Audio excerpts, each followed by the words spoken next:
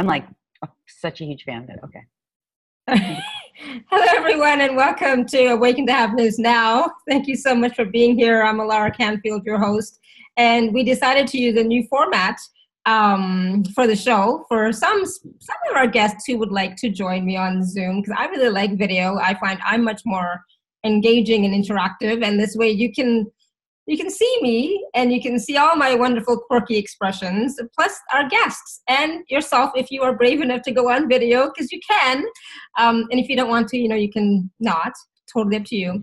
And you can ask questions. You can raise your hand. There's a button somewhere that says raise your hand, or you can just raise your hand frantically and I swear I will look. Or you can put a comment in the chat box. So like, I know Caroline wrote something and Patty wrote something. So, you can always write in there as well. So you can ask questions live or you can type them into the chat. Okay, so we're going to get started. I'm so excited. And it's like, I haven't done this forever. And Lori's going to kill me because it's like, Lori, I'm not prepared. No, what do you mean not prepared? We don't need any preparation, you and I. Oh, this is much better. The lighting is better. Yeah. I don't know what you did. I moved myself.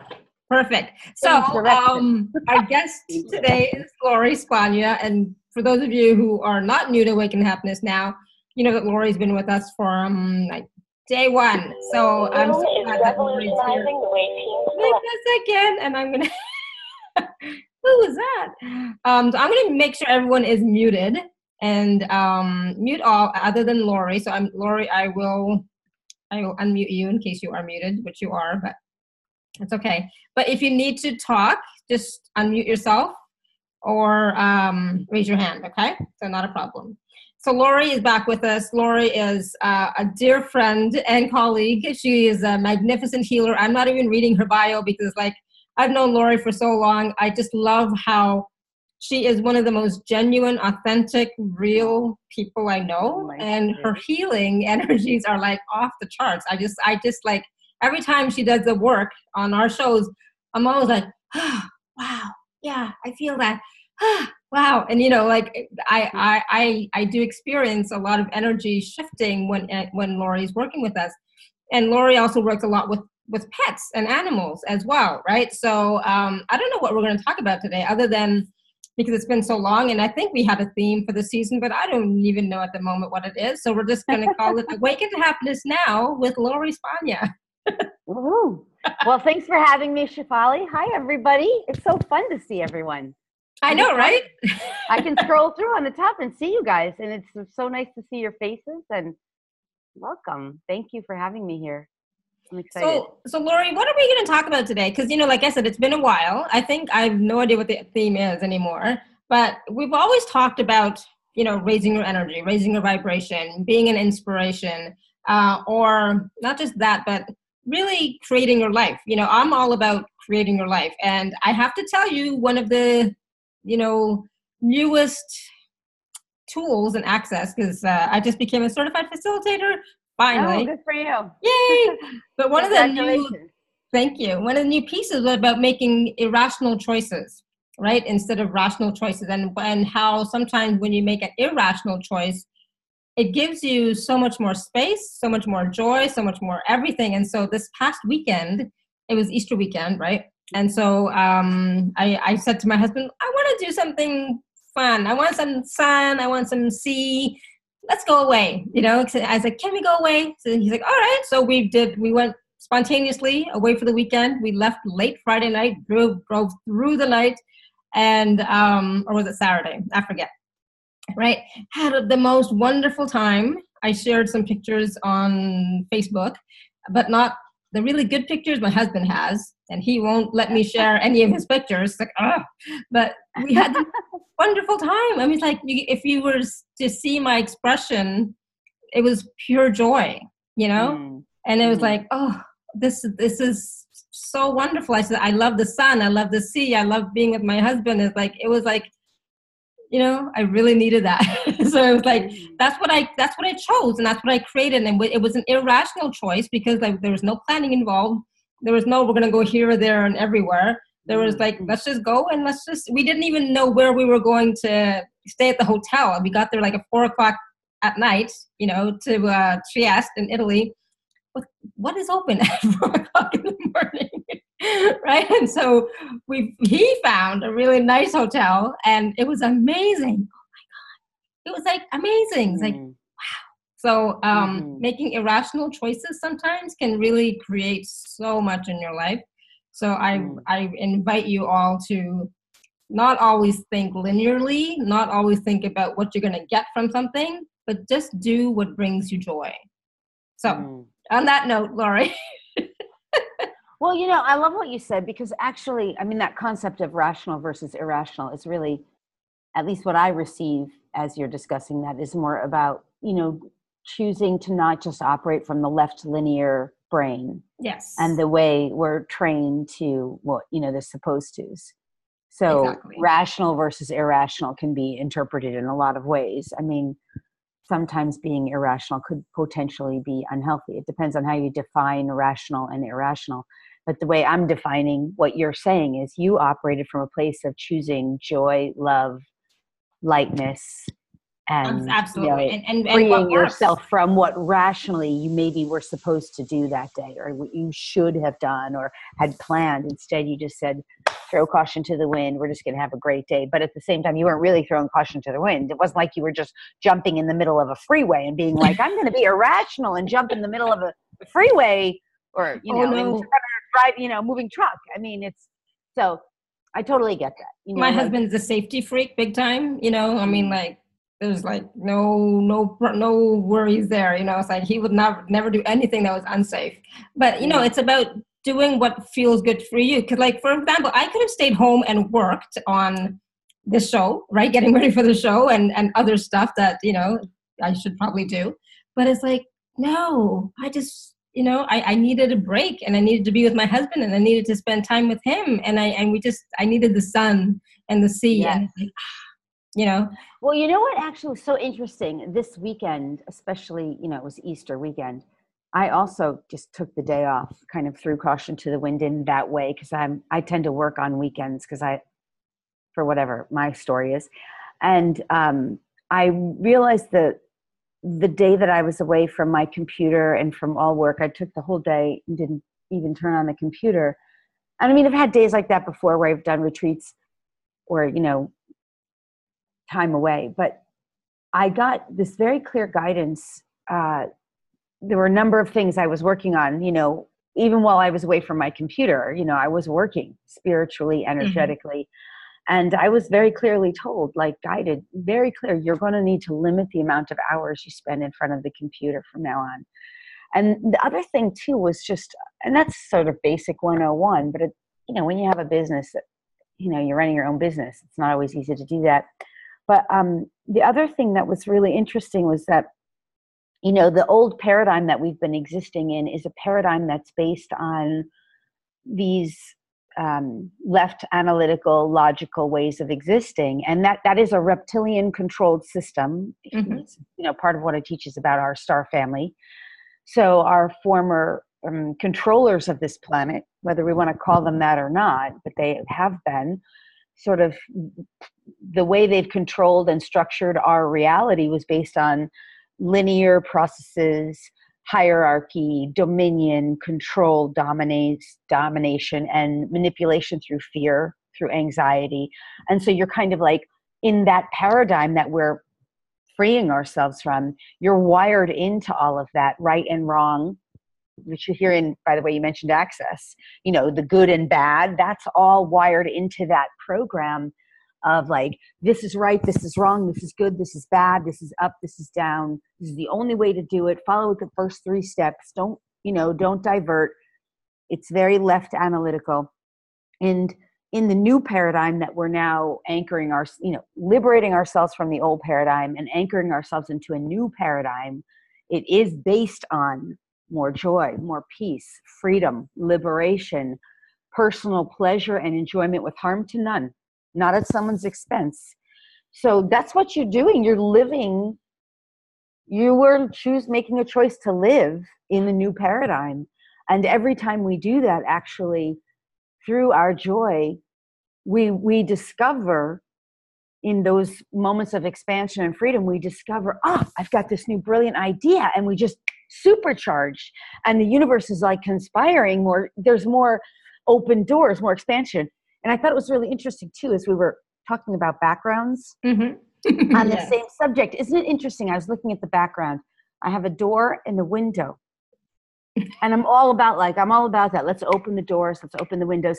And if you look right through the center, this is like a very psychic, intuitive thing. Yeah. Just looking at an image and getting information from it. Just through the center of my head, there's like this pole. And I was asking while I was listening, while we were logging in, like, wow, what's the pole? Like going through my and I realized, it's because you are like your own, you're like so strong. You have this strength, this pillar of strength behind you. Mm-hmm. And I thought, wow, it's not so psychically aware. Like you walked through a door of liberation and freedom. There's always a window. There's always a door. There's always somewhere for us to go through. There's always that strength within us that we can anchor into, but not from the old paradigm, that stuff. Like if we were in the old paradigm, if we weren't on such an expansive program together, we would just see that as just, that's just, the room she's in or the yard she's in. Or we wouldn't expand our consciousness to receive even that awareness, which, and I don't know, I'm just commenting on what you said. Absolutely. No, that's beautiful. And the thing, one of the things you just said right now is about that pillar, the pole, which is, you can consider that also the pillar of light, pillar of energy, pillar of, it's a structural thing that you are that pillar. Right? Yes. You are that pillar of light. You are that pillar of consciousness. Right. You are that pillar of strength. And how often do we give that up to somebody else? Coulda, woulda, shouldas, all the coulds, all the wouldas. The third dimensional paradigm. Right? That's the third dimensional paradigm. And we're beyond that. That doesn't serve us anymore. So it's I guess it's time for us to recognize and acknowledge that we have whatever it is that we require. It really is within us. And it's about time for us to tap in and acknowledge it and receive it, and then choose where do we want to move from here. Yeah. Right? So, go ahead. Another thing that's really interesting and helpful, I think, for people is to understand this, this pillar concept, because I think that is our core. If you understand the core of our body, like up until now, spiritual progress is like you open your chakras. Mm-hmm. I mean, to me, that's really pretty basic. The whole concept of the chakra systems is very basic. And we know that you have energy systems, and the core energy systems are your buttocks area, your reproductive area, your belly center, your heart center, your throat center, the center of your brain, and then the crown, right? That core pillar that's within us is the pillar becomes this stronghold within us. Not only when we open up all those energy centers, but when we start clearing out all the blockages energetically and then anchoring in this new core. How do we do that? It is all through breath work, through healing, through meditation, through our own inner transformation. So it's not really something, it might represent in the images in the physical world. We can read into that. We can see it, but it is a core within us. We're the only ones who can do that. So yes, it's wonderful to work with healers and guides and assistants, because we learn from and with one another. We're not meant to do this alone. No. But we also have to do it for ourselves through the inner work, through that breath work, through meditation, through healing, through clearing, and with intention, and through activations. I mean, I'm a huge, activating our DNA person.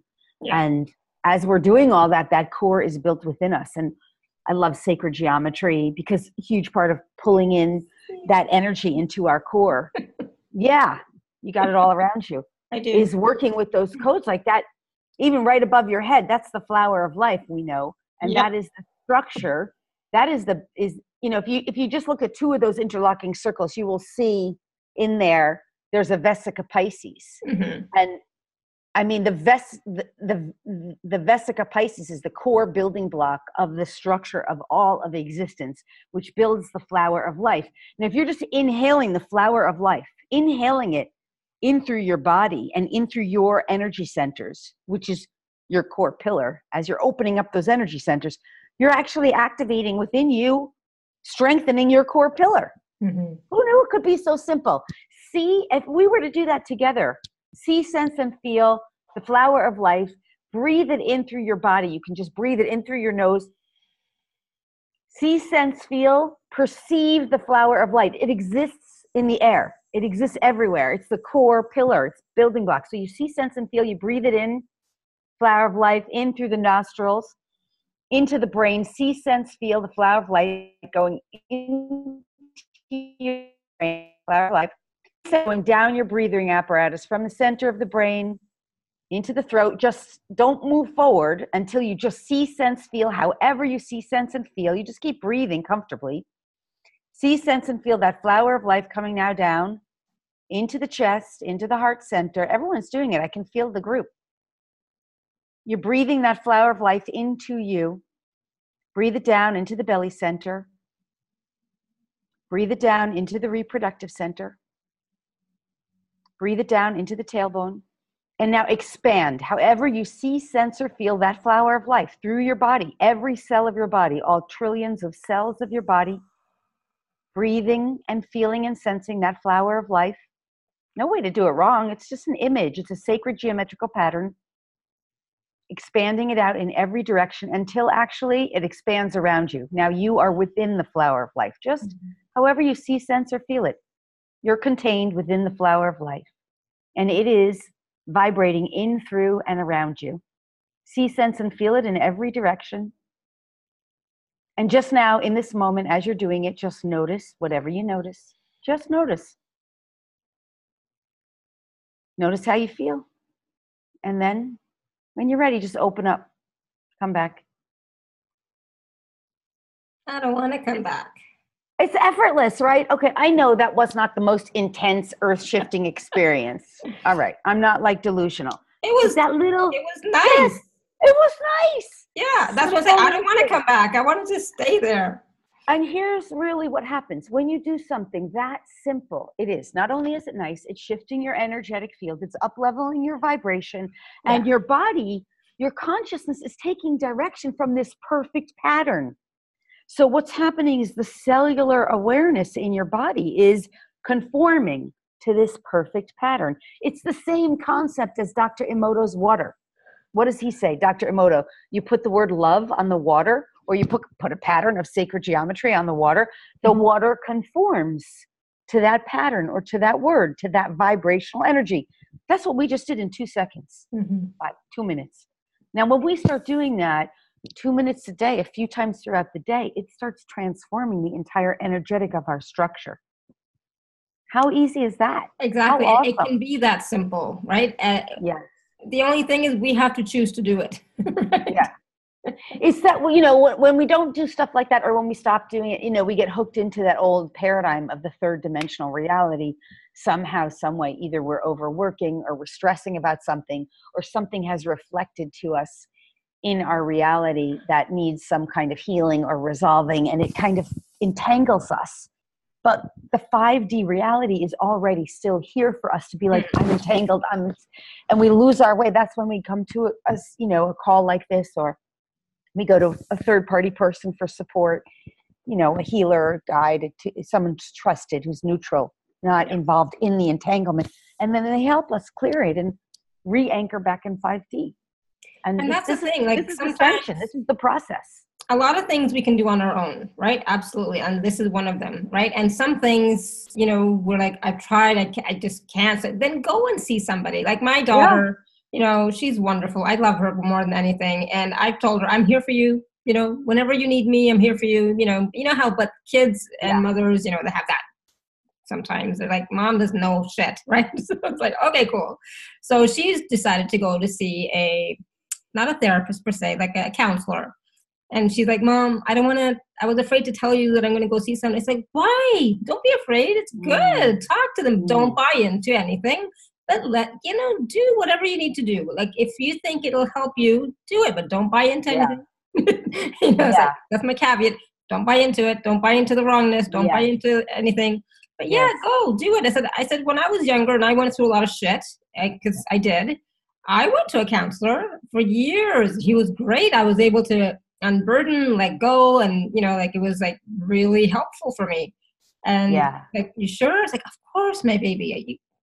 You do whatever you got to do. So yes, do some stuff on your own, and get help when you need it. Yeah. There's no and also I think what you mean, like what I'm hearing when you say don't buy into it, you're really saying to her, use your discernment. Yes. Just because some psychologist or even a healer or a spiritual teacher or anyone else tells you something doesn't mean you necessarily have to. Just use your discernment, because we are all going through this together, and there's no one person who has all the answers or all the solutions. And yet there are people on the journey who have been just doing the work on themselves so much and with such commitment and dedication, and likely for quite a long time, or have activated so much, or were assigned on their soul's mission to have a little more, maybe perhaps already awakened. So those are trusted advisors, but still, we always have to use our discernment, because there's not any one person that has it all, even us. And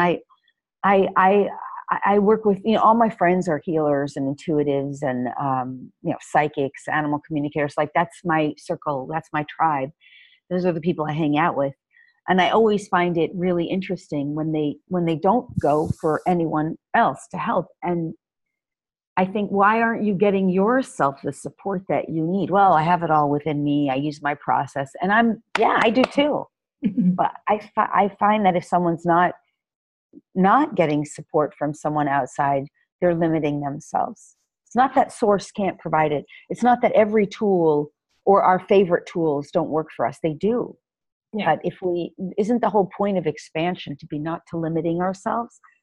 So, and sometimes we just get stuck in our own story. We just get stuck in our own story, and we cannot see a different point of view or a different perspective, or whatever it happens to be, right? So we just get, we've all been there, done that. So I told her, it's totally fine, sweetie, do what you got to do, but I'm here for you, whatever you need.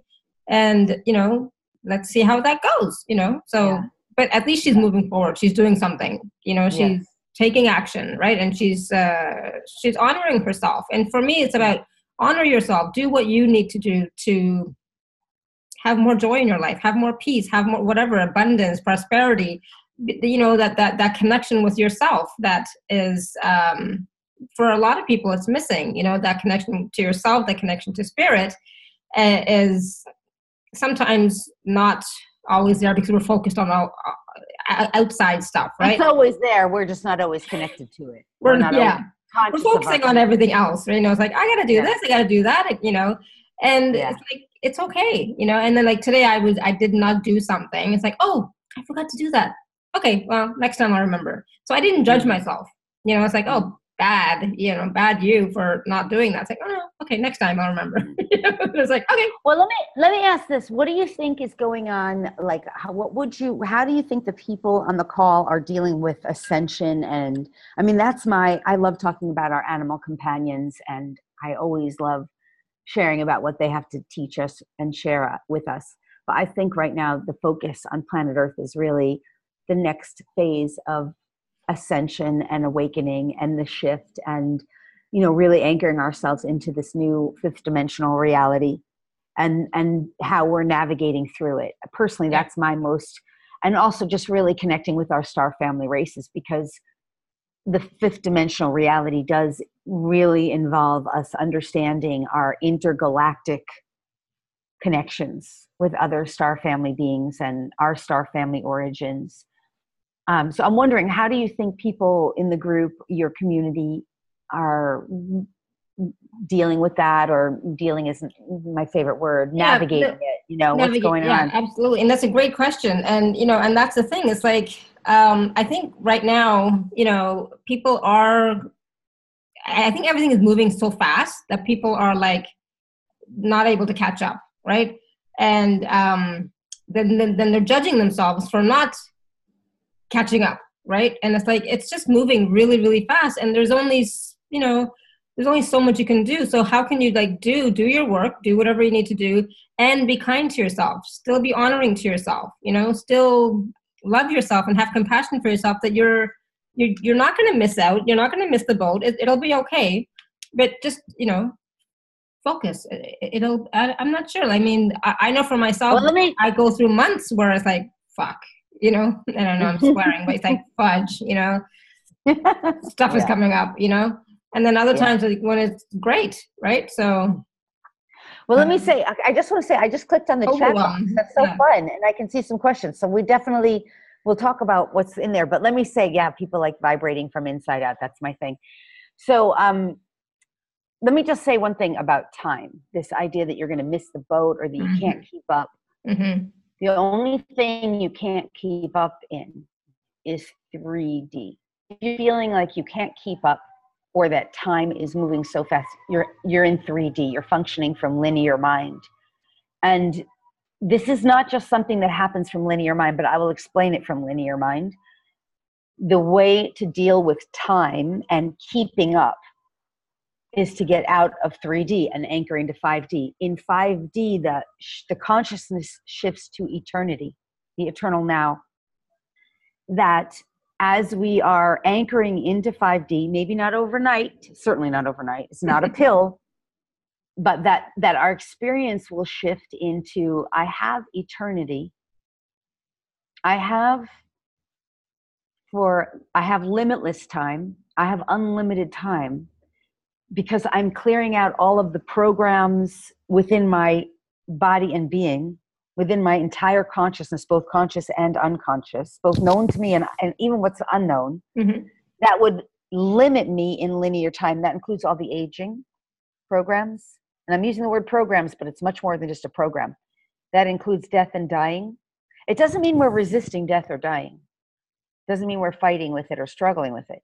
It means we're accepting that is a limited experience of the physical reality based in third dimension.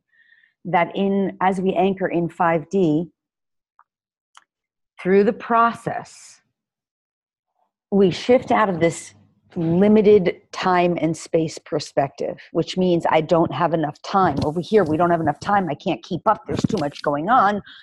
And we work through these issues, work through them, play through them, shift through them, ascend through them, enlighten ourselves through them, clear, heal, and resolve our issues. And as we're doing it, we're anchoring in this 5D where we start to realize I have the ability to age regress. I have the ability to slow the aging process and even perhaps unplug from it, disentangle from all of that stuff because it's not real. It's not real. Linear time is a construct. So yes, the sun will still rise and the sun will still set, but that doesn't actually mean time is passing. Not necessarily. We've linked that in. Yeah. So we have to unlink. We have to disengage from all of that as we shift into the eternal now. And all of our operating, the way we operate, the way we think, the way we behave, the way we act, the energetic frequencies and vibrations that we embody are embodied, anchoring us into the eternal now. That we have eternity. We shift out of that. We don't think we don't have enough time. In fact, we realize we have all the time we need for as long as we so choose. That the time that we have in terms of embodiment in life is based on how much joy do we have living? How much do we want to create and keep creating? What do we want to do? How much do we want to play? My excitement, my joy, my desire to live, meaning in this case, meaning all of us, is what gives us life, is what sustains us, is what gives us time. Prolongs the time that we have because we're joyfully living. And through the process of clearing this stuff out that anchors us into belief systems that we will age and die and get sick. Sickness is a program. All forms of sickness, all forms of illness, it's all programs. So I'm not saying it's not real. I'm not taking away from the experience because I understand that experience is real. I've been there. It's just part of anchoring in 5D is the recognition that, I don't want to have those experiences anymore. I'm not choosing that anymore. I'm choosing something entirely new. But I have to be in vibrational harmony with this newness. So that is an ascension process. This makes sense, right? Yes, it does. Yeah. I mean, I get these concepts are really out there because, if I say to a 3D person, you don't have to get sick or you don't have to age, they will really challenge me on that. And, I'm not interested in playing challenge games or I'm not interested in dispute. or debate. I'm not interested. So if they want to challenge me, I'm like, no, I'm not interested in that. You can either take this, receive it, open up to it, inquire. But if you want to challenge, I don't play that game. So I get that it is challenging because we're so wired into that death is inevitable, aging is inevitable, sickness is part of life. And I'm not disputing that because that is a truth, but it's not the truth. It's not the highest truth. I'm all about the highest truth. Like, I want to get to the highest, clearest, purest truth I can get to. I'm a truth seeker. So anyway, this is stuff I go into. I go into this in a lot of depth in the Exiting the Matrix course. I realize it's a taster, but it is juicy stuff to chew on, you know? Well, it's relevant because, you know, like Nicole was saying, how she's having a really difficult time feeling overwhelmed, right? And her nervous system is overloaded. And part of that is also, you know, part of those are programs that are running, right? And it's not just that they're programs that are running. It's part of the collective consciousness that is still playing out right now, right? And so, but you don't have to, like I said, buy into that. You know, you can choose to let that go and choose a different way of being and perceiving and living in this reality, right? Yeah, but let me give you an example of the overwhelm. Yes. Overwhelm is an energetic frequency. So somebody on the chat was asking about what, it's hard to read them all because they're coming in. I love seeing them, but someone's asking about vibing, the vibration of external. No, she was talking about when you were doing the Flower of Life thing.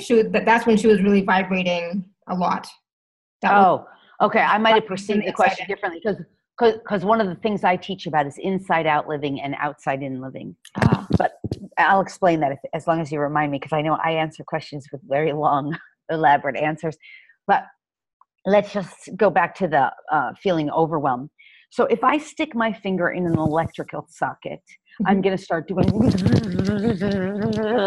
and I can't. You can sit there telling me, you know, don't be overwhelmed, but don't be electrocuted. But if I'm in there, that's what's happening. So effectively, how do we get unoverwhelmed when we're like, how do you get unplugged from that when you're wired into it? It's not just something we can just tell ourselves.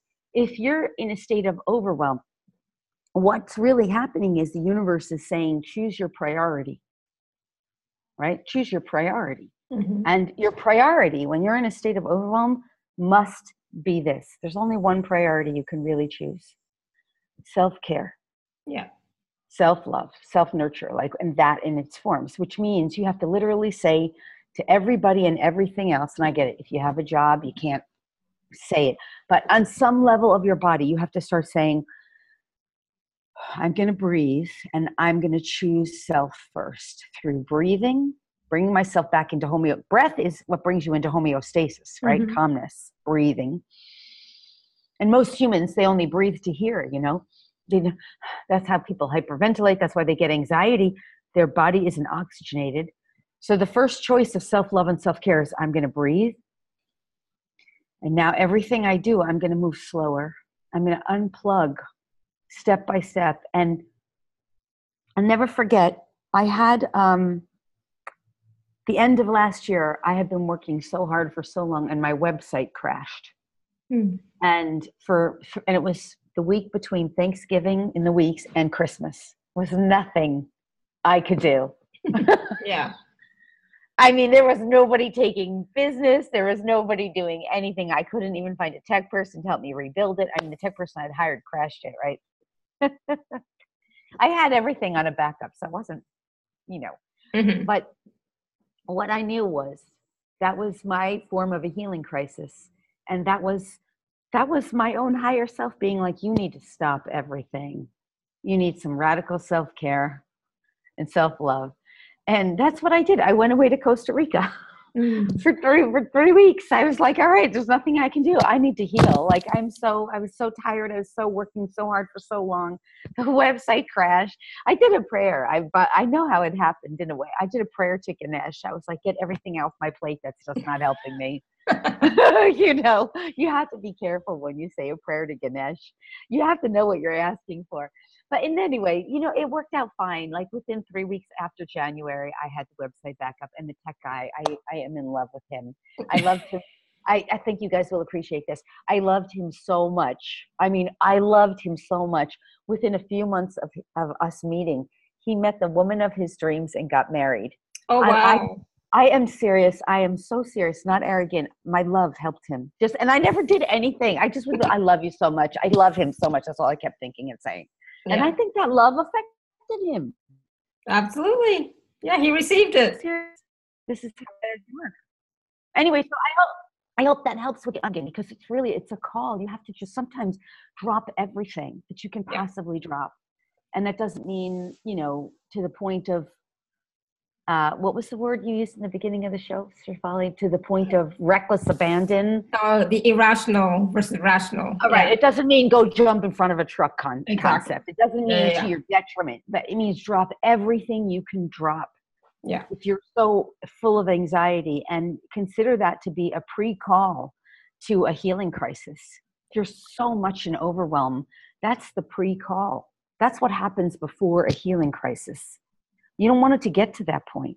And if you are overwhelmed because of healing, take a break from healing. Yeah, I mean, that happens too. I mean, for me personally, that doesn't happen anymore, because you get to a point where you're like, you can't get enough of it. Yeah. But I do realize along the journey, we could heal a little too much, a little too fast. And that's happened to me in the past, where I was like, I need a little 3D land.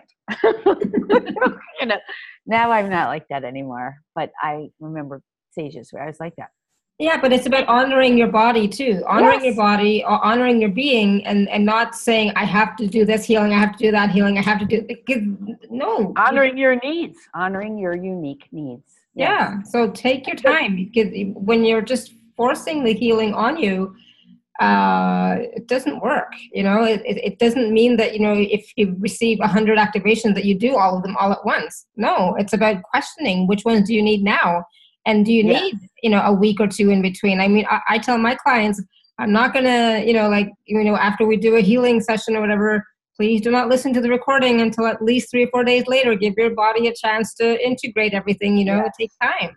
Yes, integration. Integration is important, especially with healing energy, because I've said this a lot of times, so people who know me won't, this will just sound like they've heard it a million times, but every time you're speaking with someone who's carrying a high vibration, and if they're sharing information that feels bizarre or you can't quite make sense of it, especially when we start talking about galactic races and star families and stuff that's very esoteric, I once remember meeting this woman who said to me, I don't believe in star seeds. You speak a different language. I don't understand a word of it. And I thought, well, yeah, of course you don't believe in it, because you can't understand it.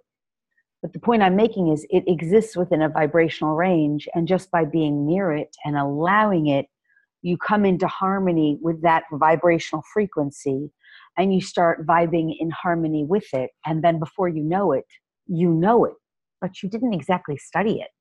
You didn't really learn it. You were just in vibrational proximity to it. So you became vibrationally aligned with that, and now suddenly you know it. Does this make sense? I can't tell you how many times I've said stuff to people, like a private session or even on a group call, and I'll say something. I know that while I'm saying it, they don't necessarily know it here.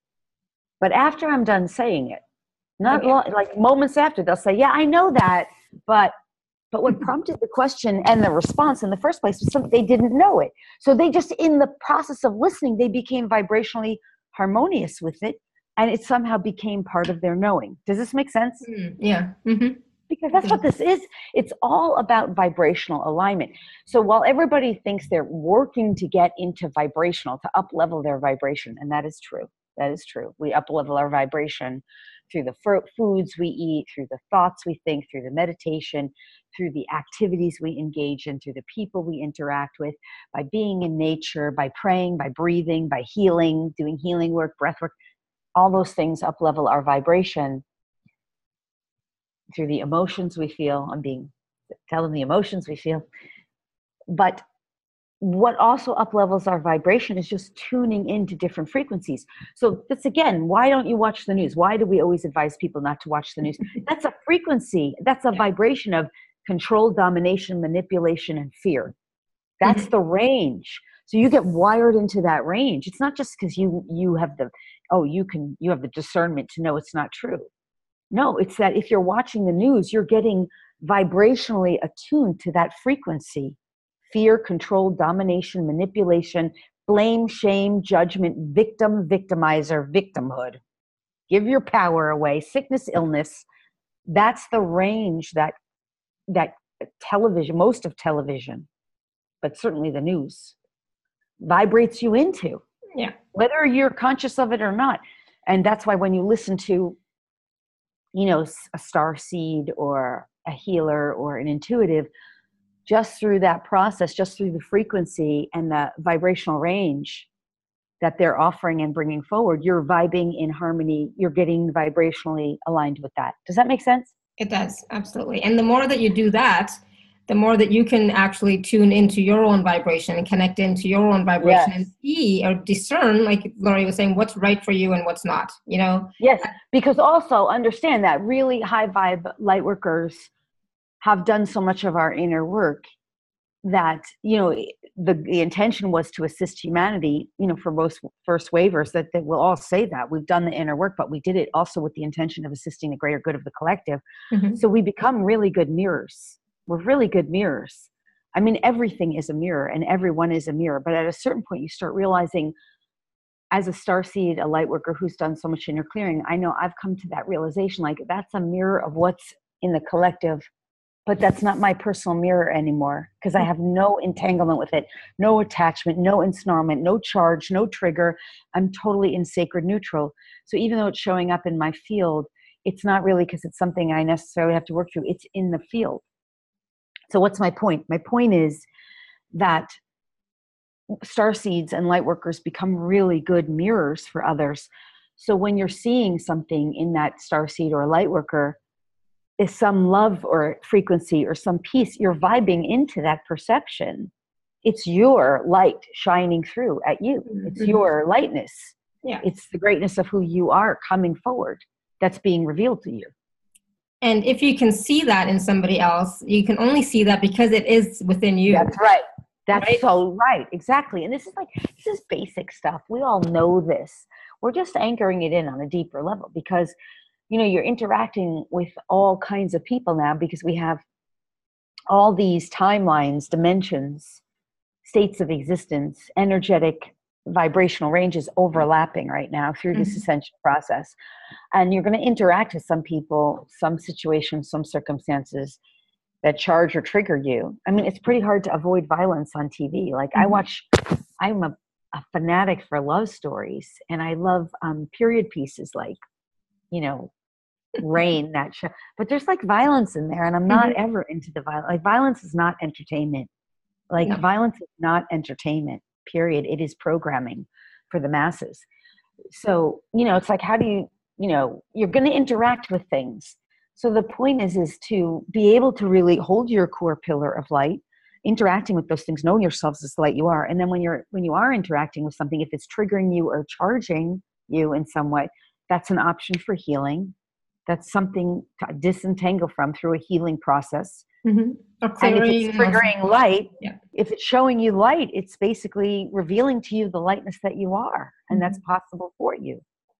And then recognize that and acknowledge that so that you can recognize that and receive more of that, Oh, and that was the thing you said. You said, if you can't see that light in someone, it's because it's not yet in you. And I mean, if we're on the call, those of us on this call, we see the light in one another. Just, you don't come to a call like this if you don't. But like I was at Easter Sunday and I was I was at a big party and I had all of like 2 minutes when I walked in. There was like a room full of, I live in Florida. Someone on the chat asked, where was I? I'm in Florida. And I had a really big Jesus worshiper in my face. Because I walked in the room and like 20 people were commenting on that I dropped 20 pounds from my own healing. I'll talk about that if you want to hear about that. But not because of the pounds, but because the healing is so fascinating. Anyway, I walked into the room. People were asking me, how'd you lose the weight? I was like, I did a healing session on myself finally about this one particular topic area oh my God, I had so dramatic, and then I dropped 15 pounds. All right. Well, the guy who was the Jesus worshiper, there's a lot of Jesus worshipers, but you know what I'm talking about? Religious fanatics. What I mean, I love Jesus, I love Yeshua, but I'm not a religious fanatic at all. So anyway, this religious fanatic comes in and he's like, I need to save your soul. Like, he gives me the save your soul thing. And he's like, Jesus died for your sins. And he's going off. And I'm like, oh my God. I for a moment, I'm like, the highest, best thing I can do. So I keep hearing is get out, get out, get out, get out. It's a point of no return. Just don't go down that path of him. There's no way you can go down that path. Yeah. So I got myself out of it, and he's like really, it was crazy how fast he just was so looped into that, religious, the Bible is the only thing you should study. It's Easter Sunday. Mm-hmm. And after I walked away, I had to clean out like a lot of that heavy energy, because it just felt so condemning, And I thought, how did this show up in my field? Because I wasn't entangled with him. But what I did get was, anyway, the reason I went to this story was because you said he couldn't see any light in me. He couldn't see any light in me. Mm. He could only see the wrongness, because I was saying I was doing healing on myself. Right. That's all he could see. Yeah. Anyway, the diversion is, how did that show up in my field? And I have thought sometimes, wow, I have like souls that will come to me that are fractal souls. They come to me and they're hanging on to their human by a thread, and they'll say, please help me get into my human's body. The human is so fractaled from me, so I'm hanging on by a thread here. Mm-hmm. And I think, wow, these souls need saving. So that just one little thing put me energetically aligned with that concept, like a soul needs saving. Can you see how that reflected? Wow, yeah. It's not the same thing, but my discernment and willingness to evaluate that was what made me realize that energetic, and it's only a thread, because, now it's like I have nothing to do with that person. I'll probably never see him again. It's fine. There's no harm, no foul. I wish him well. I have no further business with him, which I suggest we say to everybody that we don't necessarily want to entangle with. I wish you well. I have no further business with you. Mm-hmm. But thank you for the lesson. Thank you for that awareness. Okay, I'm done. Anyway, I'll say the thing about the healing. You want to hear that with the weight? Yes. I do. Anybody else want to know how to lose weight fast? Well, no, it's not even just about weight, right? But this was what I was working on, weight stuff for a long time. And, part of body weight is toxic emotions. Mm-hmm. Toxic emotions are stored as fat cells in the body. And, I'm a healer. I'm always clearing stuff out, but, always clearing stuff. I didn't ever directly clear toxic emotion of weight-related issue. You have to sometimes get very specific.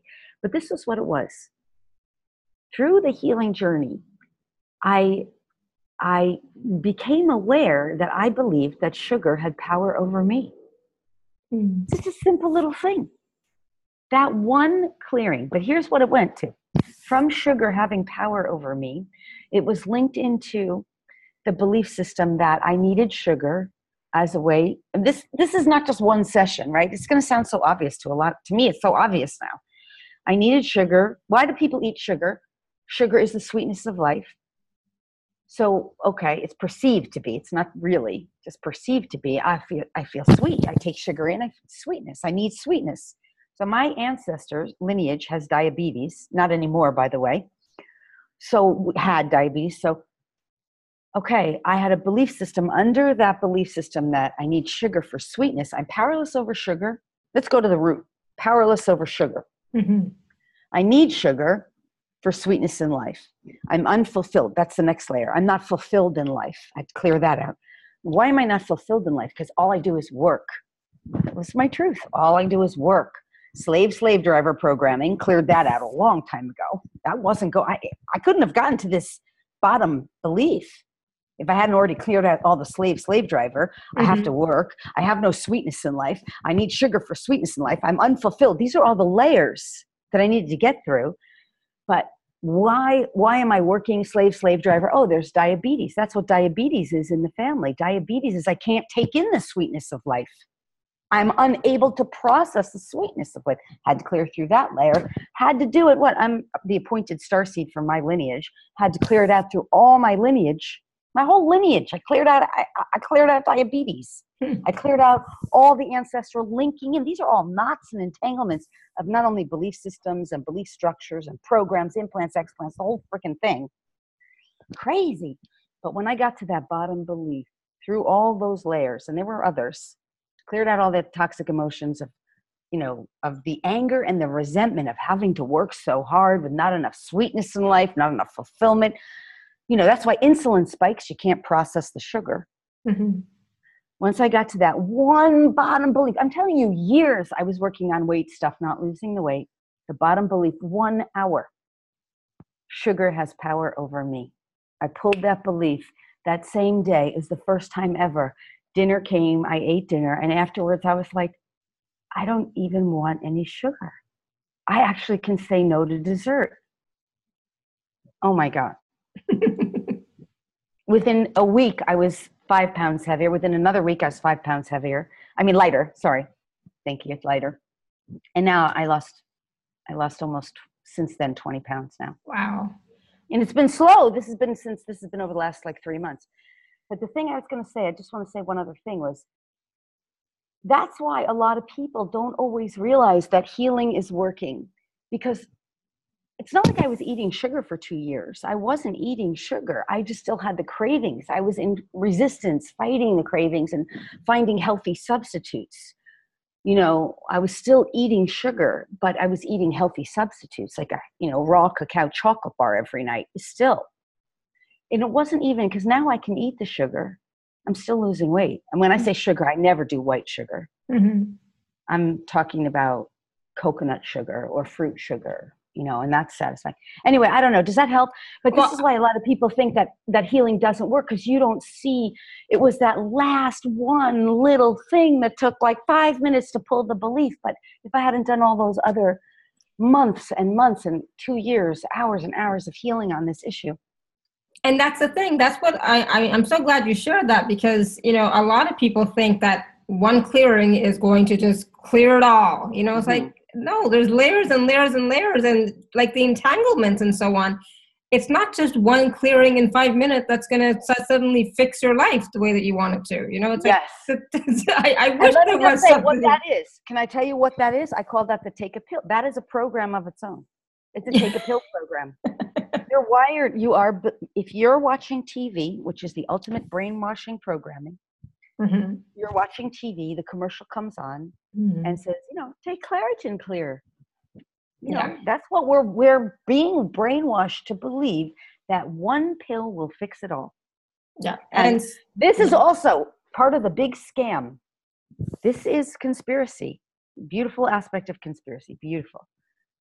You put some religious programming on TV, you bring someone up on a stage in a wheelchair, you have some preacher lay their hands, and the person in the wheelchair 5 minutes later stands up and goes, hallelujah, I've been saved and I can stand. Oh my God, I can walk. And everybody believes it was an instant healing. And it's a scam. It's not true. There's tons and tons of testimonials of that being complete scam. But what does that wire people into believing? They believe that that's what a miracle healing is. They believe it should happen instantly. So when it doesn't happen instantly, they suddenly think it doesn't work.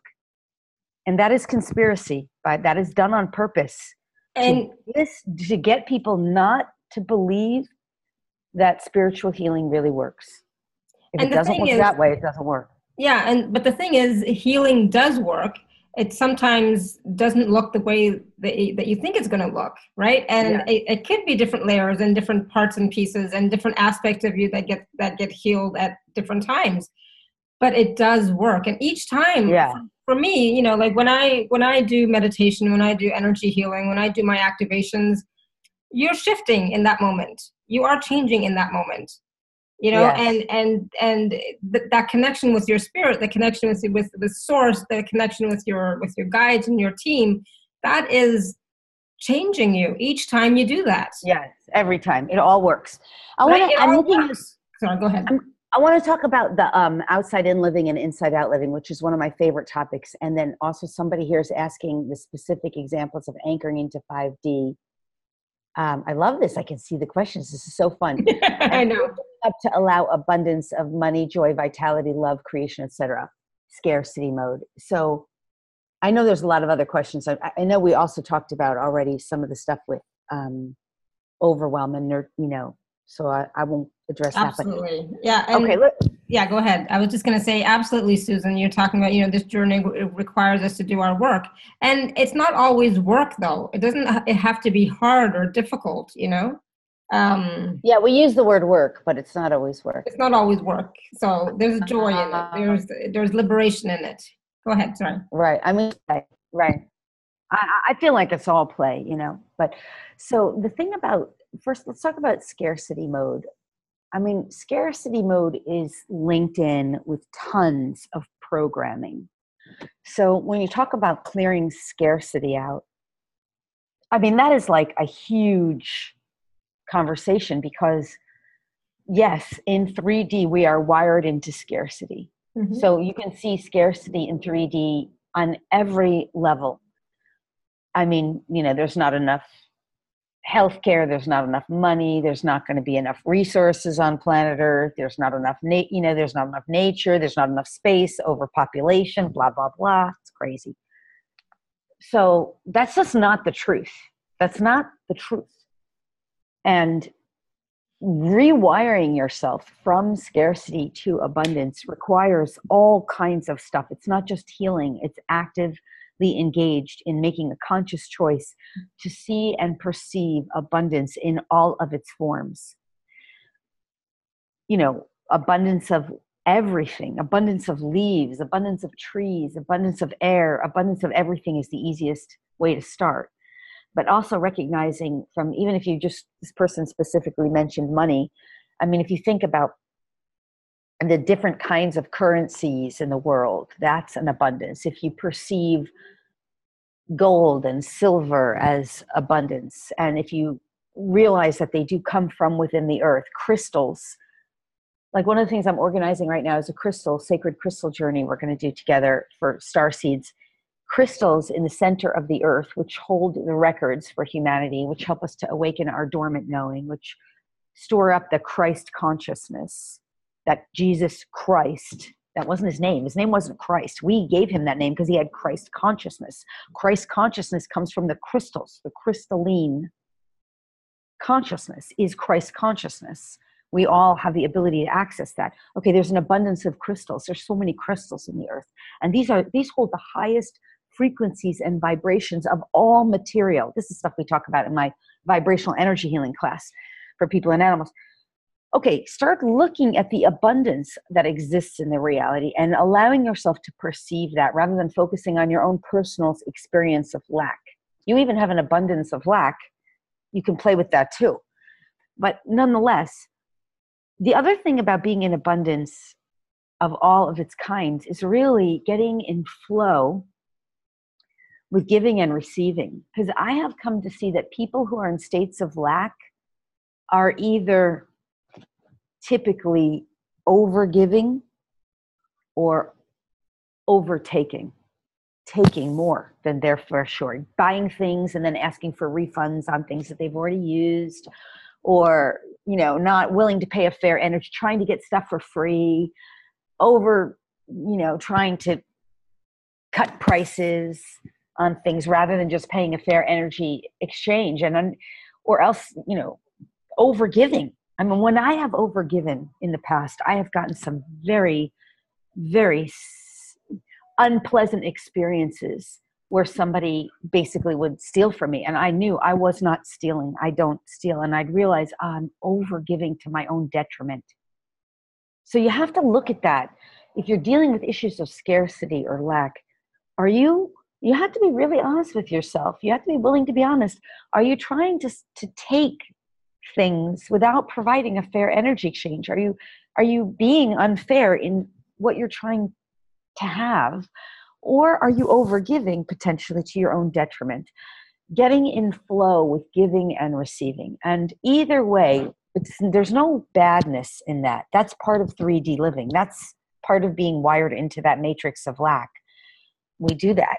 We've all done it. You know, I've done it in the past. I mean, that's stuff we do. But when you come out, you lift yourself out of that. I'm laughing because somebody, sorry, I got a psychic awareness. Anyway, you know, you just realize, okay, the way I'm going to get myself out of this is to start giving through joy, give whatever I can give in joy and in service, as long as it's feeling really good and really right and feels wonderful to give. Like I love teaching.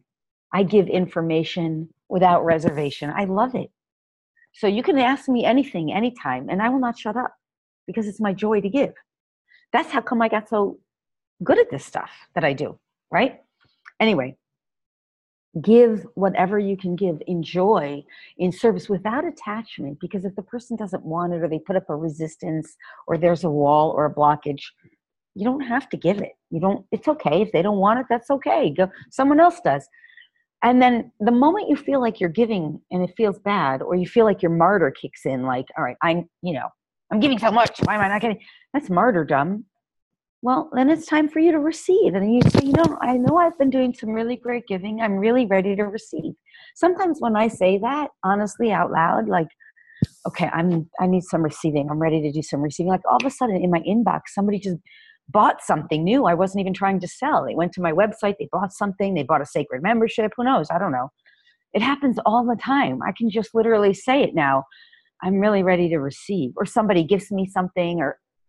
So we have to start getting in more flow. Just flow with the joy of giving and receiving. That is a huge, important part of it. And I mean, that's a good start right there, just even with that topic area of opening up to more abundance. Because in 5D, there is unlimited abundance available to us. There is unlimited wealth, prosperity, happiness, joy. It's like, how much can you handle? You can't even handle that. We don't even know what unlimited is. We don't even know how to use that. We haven't played with that enough yet, even to begin to fathom what that means. But I know what it does mean is that as we anchor into that knowing, we realize every need will be met. So the moment you say, oh, I want to take that journey on that date and it costs X amount of money as a fair energy exchange for the financial costs involved with that journey or that workshop or that class or whatever, if it's far enough in advance, I know linear time is too an illusion, but as we're playing with linear time still on some level, or even if it's not, like for me, I am at that point where I could say, I'm going to do that tomorrow. It's going to cost me $2,000. I need that to show up by tomorrow in a benevolent, joyful way. It does, and it will. But I'm already in that space of that knowing. So, but we have to kind of work through our stuff to get there. So, all right, let's say it's at some point in the future. It's a month from now, your workshop, your class, whatever you want. You set your intention. You say, I want to do that. I'm going to do it. I choose, desire, and intend to do it. Let that money show up in the most joyful way, because in unlimited abundance, it's there for you and it will show up. I know I'm not saying anything you don't know. I'm just anchoring it in because someone said, how do we live in 5D with abundance? That's how. Yeah. You anchor these knowings in and you start living in that state of reality to the best of your ability. You keep up leveling and up shifting yourself. You be in harmony with giving and receiving and the flow. And you align yourself with that knowing that source is your provider. When I say knowing, the knowing is not just something here. It's the embodiment of the knowing. It's that's part of that pillar. I keep seeing this pillar behind me, this like white light, this white. It's our pillar. It's our pillar of that inner embodiment of that knowing that we're cared for. And yeah, if for some reason it didn't come, maybe it's not for your highest and best, or maybe there are other things you need to clear, heal, or resolve within yourself so that you can have that experience. Yeah. But that's ultimately 5D is the ultimate knowing that you're cared for, your needs are met. And a couple of people did comment on there about like the background, like this is my swimming pool here. This is my backyard.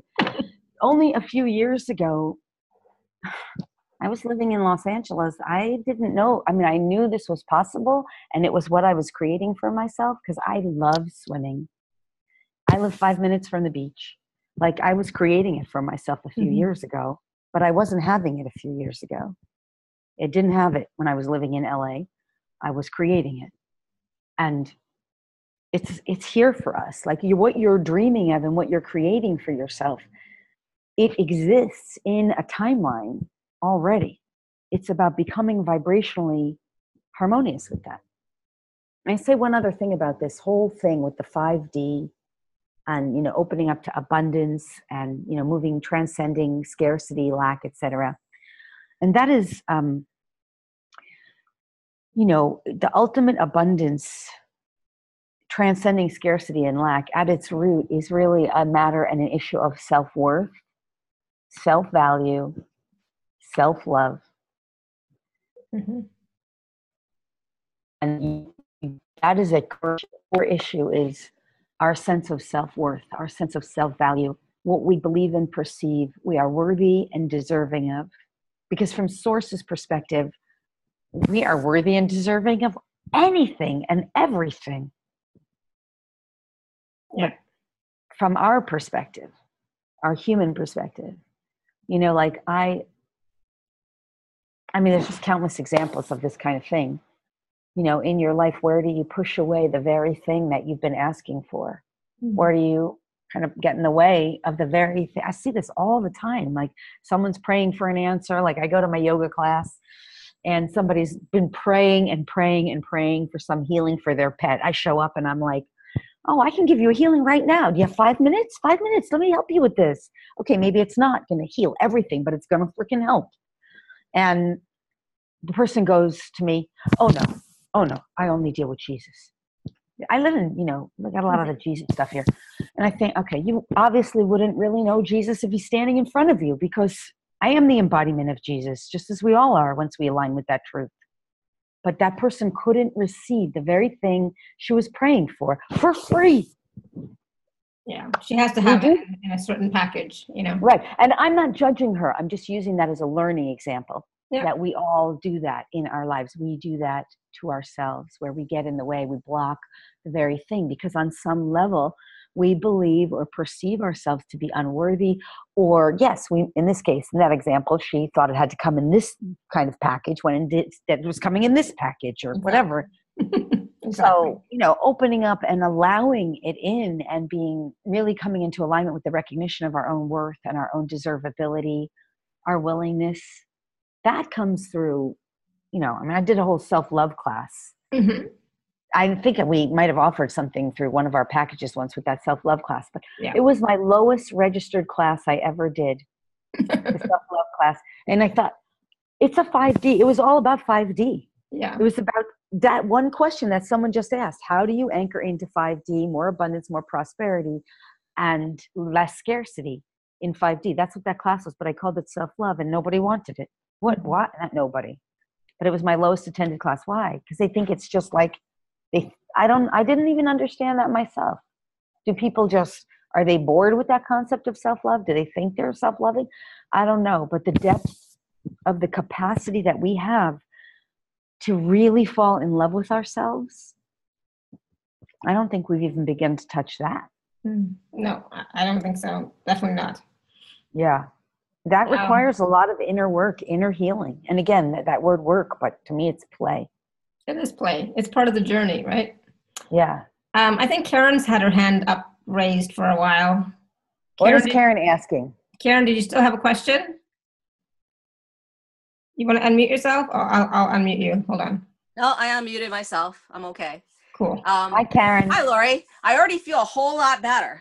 But good. My mother's been on hospice for almost 2 years now. And then today the nurse came and said, I don't think your mother's dying fast enough. So Medicare's probably not going to renew her hospice thing.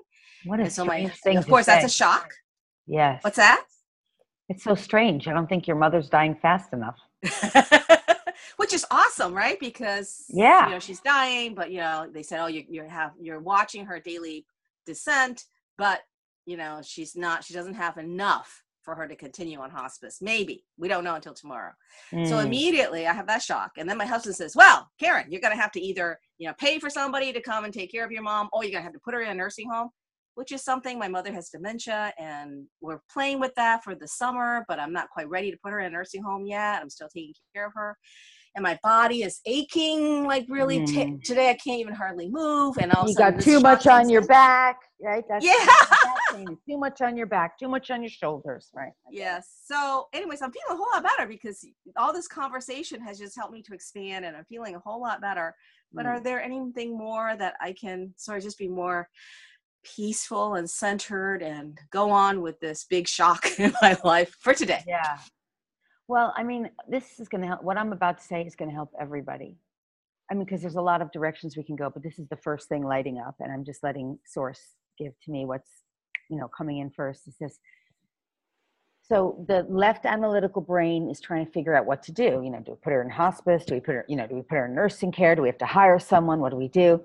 But what I would suggest is to ask Source in prayer, and it's this simple: what is the highest and best and most benevolent action we should take, or we would be guided to take? What is the highest and best and most benevolent situation, circumstance, scenario, and outcome, which is for the highest and best and most benevolent good of all beings involved and all beings concerned, especially and in particular you and your mother, since you're the primary players, and your husband, you're the primary players. But for all beings. Now that is always Source's will. That is always Source's will. Now you're aligning yourself with the will of the God. The highest and best potential, the highest and best possibility, the highest and best and most benevolent circumstance, situation, scenario. What is that? What is that? Please help us to make that choice, that decision, that action. Help us to choose that. Help us do that. Whatever that is, reveal it to us and make it very clear. And please make it very clear in a very loving, kind, compassionate way for us, because this is challenging us. It is challenging. There's no way to deny that. So please be most gentle and most loving. Now, let me tell you something. I want to tell you. I recently had a similar kind of situation in my life that was very challenging. And I asked that. And the very next day, I could not believe I had one friend, another friend, one friend I'll do it for you. Another friend came in, I'm going to teach you this. Get on the phone with me 1 hour. I'm going to show you exactly. Another friend, this is what I do. They all were in agreement. My father was telling me, you have to do this. He was telling me to do what they all showed me to do. One friend literally doing it for me. It was so clear. It was so loving. It was done. It was the solution to, I think, lifetimes of problems and issues on this particular topic here. So that solution, just asking that. And don't do it just once, just keep saying, throughout your night, throughout this night in your prayer, and breathe through it. You're not letting the left brain tell you or figure it out. You're letting it be revealed to you. You see? And I think that's perhaps the best advice or counsel or guidance I could give you. I mean, there's always more there, but because, yeah, I mean, your mom's not ready to let go yet. No. It's just a little more love and acceptance in the way there, like a safety to let go. She has dementia? Did you say bit. Alzheimer's? Yeah, I get that. I see that. I hear that. So it's more like she just needs a little more safety. Okay. To know that she's safe to let go. But before she can let go, can you just tell me her first name only? Waita. You see her name has weight in it, right? Oh! That is awesome. No, I didn't see that. I teach among my many classes, one of them is this names, spiritual sacred names class. So I'm listening to her consciousness. She just wants to know that everything here will be fine. It's not like in her dementia, she's already playing with the other realm. She wants to know that you're going to be fine and that life here will be fine for those she loves. And that's why she's waiting. And it's a safety issue for her too. So, like that it's safe for her. Not where she's going will be safe. That's not the question. It's that her leaving, she's safe to leave when the time is right. So of course, we only ever want divine timing, divine right timing for all beings. But anyway, I hope that's helpful. That was awesome. Yeah. Okay, thank you, good. Lori. Thank you very much. You're welcome. Thank you, Karen. Yeah, and Karen, you have so much light. Look at, just because we're looking at pictures and images, look at all the light around Karen. Can you see all that light? Yeah. And isn't it interesting if I were to go back just to her picture, like, 'cause this is psychic, we're playing with psychic games. Not that this is being psychic, but pictures do tell you information. Look at the car. So Karen, where in your life are you may be moving a little too fast or trying to move fast, or I don't know, that might be something for you to explore. That's what car moving, or maybe I'm interpreting that wrong, but anyway, it seems symbolic. The movement of the car. Car is sometimes symbolic of the way we move through life. Mm-hmm. Our car is our body. I know. Love it. Thank you. You're welcome. And that prayer, that prayer we can all use for any situation that's going on in our lives. So thank you for that. You don't know what that one little thing. I don't even know how I got that, but I know where I got that. I had a hit. I mean, in my life, I've had lots of hit the floor moments. I call those the hit the floor moments. And, when you're on the floor and you're just done, you're like done. I had a hit the floor moment. I was on the floor crying. I was like, I don't know what to do. And I just heard it. Ask for the highest and best, most benevolent. Like we hear that all the time. Yeah. But now I do it through everything in my life. What's the highest and best and most benevolent possibility? Mm-hmm. I love that. We can't answer that. Yeah. Just let source answer. That's a universal law, by the way, of course, right? The universal law. Ask a question. What is the universal law of cause and effect? Say. I have a class on it. This is another one of my classes, universal laws. Ask a question, the answer will be given. But if you give the answer, then you've now just interfered. You gave the answer. Yeah. But if you want a question from source, ask a question, don't answer it. Let source give the answer. Yeah. Law of cause and effect. That's the law. That's part of the law of cause and effect. Seems so simple sometimes, right? Seems simple. Sometimes it is, sometimes it's not. Sometimes. If only we could get our heads out of the way. Yeah, but we need those. They're here for a reason too, It's integration. It's just working through it. It's part of, this is Ascension. We're on the Ascension timelines. We're going through an Ascension process, and this is it. And the ultimate goal of the process is to bring, as much of humanity into the fifth dimensional reality and a new state of existence. And to the degree that they vibrate in harmony with these fifth dimensional concepts and constructs, they're coming into 5D. And to the extent that they don't, they will either go down a separate timeline, separate journey, which we will not personally experience, or they might cross over. Mm-hmm. And if they cross over, that's okay, because they'll have a different kind of ascension experience in the non-physical realm. And it's all good. Yeah, there's no judgment that one's right or better or wrong. It's just a different kind of ascension experience that's not embodied. Cool. And so I do want to say, because let me just say this. This is also this is in my dark arts training class, in the Exiting the Matrix class, that prior to 2012, people were entrapped. So if you died, physical death, you're still entrapped in this matrix. You got a memory wash. You had to come back in. Mm-hmm. These phony lords of karma. These lords of karma. You got some karma. Why don't you go back? We love you. Go back. Do it again. But let's just wipe your memories. You don't get any tools. You don't get to know what the F you're doing. Just grab all your memories. Rinse and repeat. Endless cycle of perpetuation. Perpetual doom and gloom in 3D, right? But you see, post 2012, thankfully, so many light workers, grid workers, Grid workers really work with the grid. Crystal workers. I mean, I'm a crystal worker working with crystals.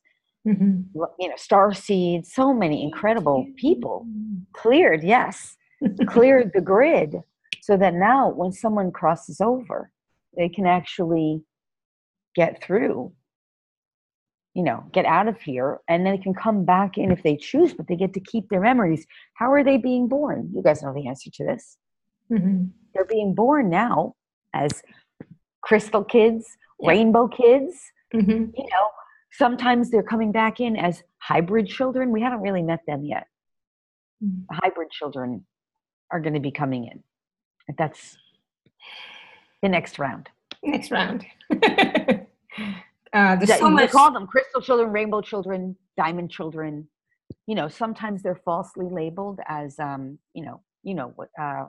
indigo? Asperger's, indigo children. Oh yeah, Asperger's. Falsely labeled, right? Because some of those kids, they know what they're here for, but they just don't want any intrusion from the outer world so much. They want to be able to live in their own world and work through issues, whatever they have to do in their own little world, so they can.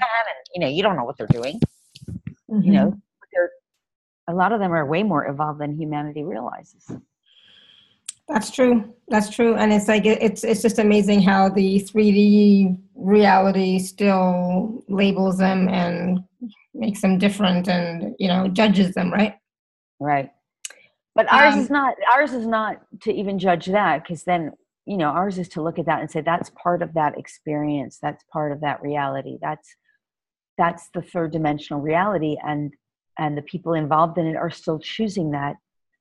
The challenge is that a lot of them are choosing it unconsciously. They don't necessarily, if you gave them a conscious, clear choice, and they weren't debating or, skeptic whether what was possible for them. But if you gave them, hey, would you choose this or would you choose that? If you could choose, they would choose everything we call 5D. They wouldn't choose sickness or illness or dis-ease. They're choosing it unconsciously. They wouldn't choose Asperger's or, those kinds of things. So that's why we're, as light workers and star seeds and way showers and earth seeds, however we define ourselves in all these different terms, we're holding this light to help them to make more conscious choices without trying to enforce it on them. Yeah. Because I know this is all stuff we all know. And not just, it's not just, I mean, we could talk about this forever, but not just the children, but even all of our everyone, not like my family is not all into this, and they're not all right, but they are what they are. Right. Well, that's why we have everything I've ever had since 2012. My guidance said one full generation for the full shift. That's 80 years, basically 80 to 100 years approximately from right around the 2012 marker point. Okay. For the full. That's what I'm not saying that's right. That's what I personally have been informed of. And yet there's nothing to wait for, because we can personally be experiencing all of that shifting now as we do that inner work. So, there is no waiting. There's no event to wait for. This event concept is absolutely ridiculous. Like that's part of the programming. That's also a form of conspiracy brainwashing, that you have to wait for some event. I just don't agree with that at all. There are many events happening, right, and that will continue to happen, but there's no waiting. 5D is here. And the only issue is, can you vibrate in harmony with 5D?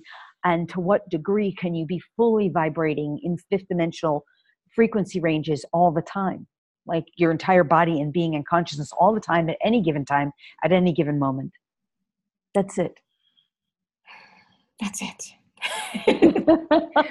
Simplification in a box. Yeah, exactly. I wanted to take a few minutes to talk about the special offer. So, because let's do that. But Patty, I want to come back to your question after we talk about the special offer. Okay, so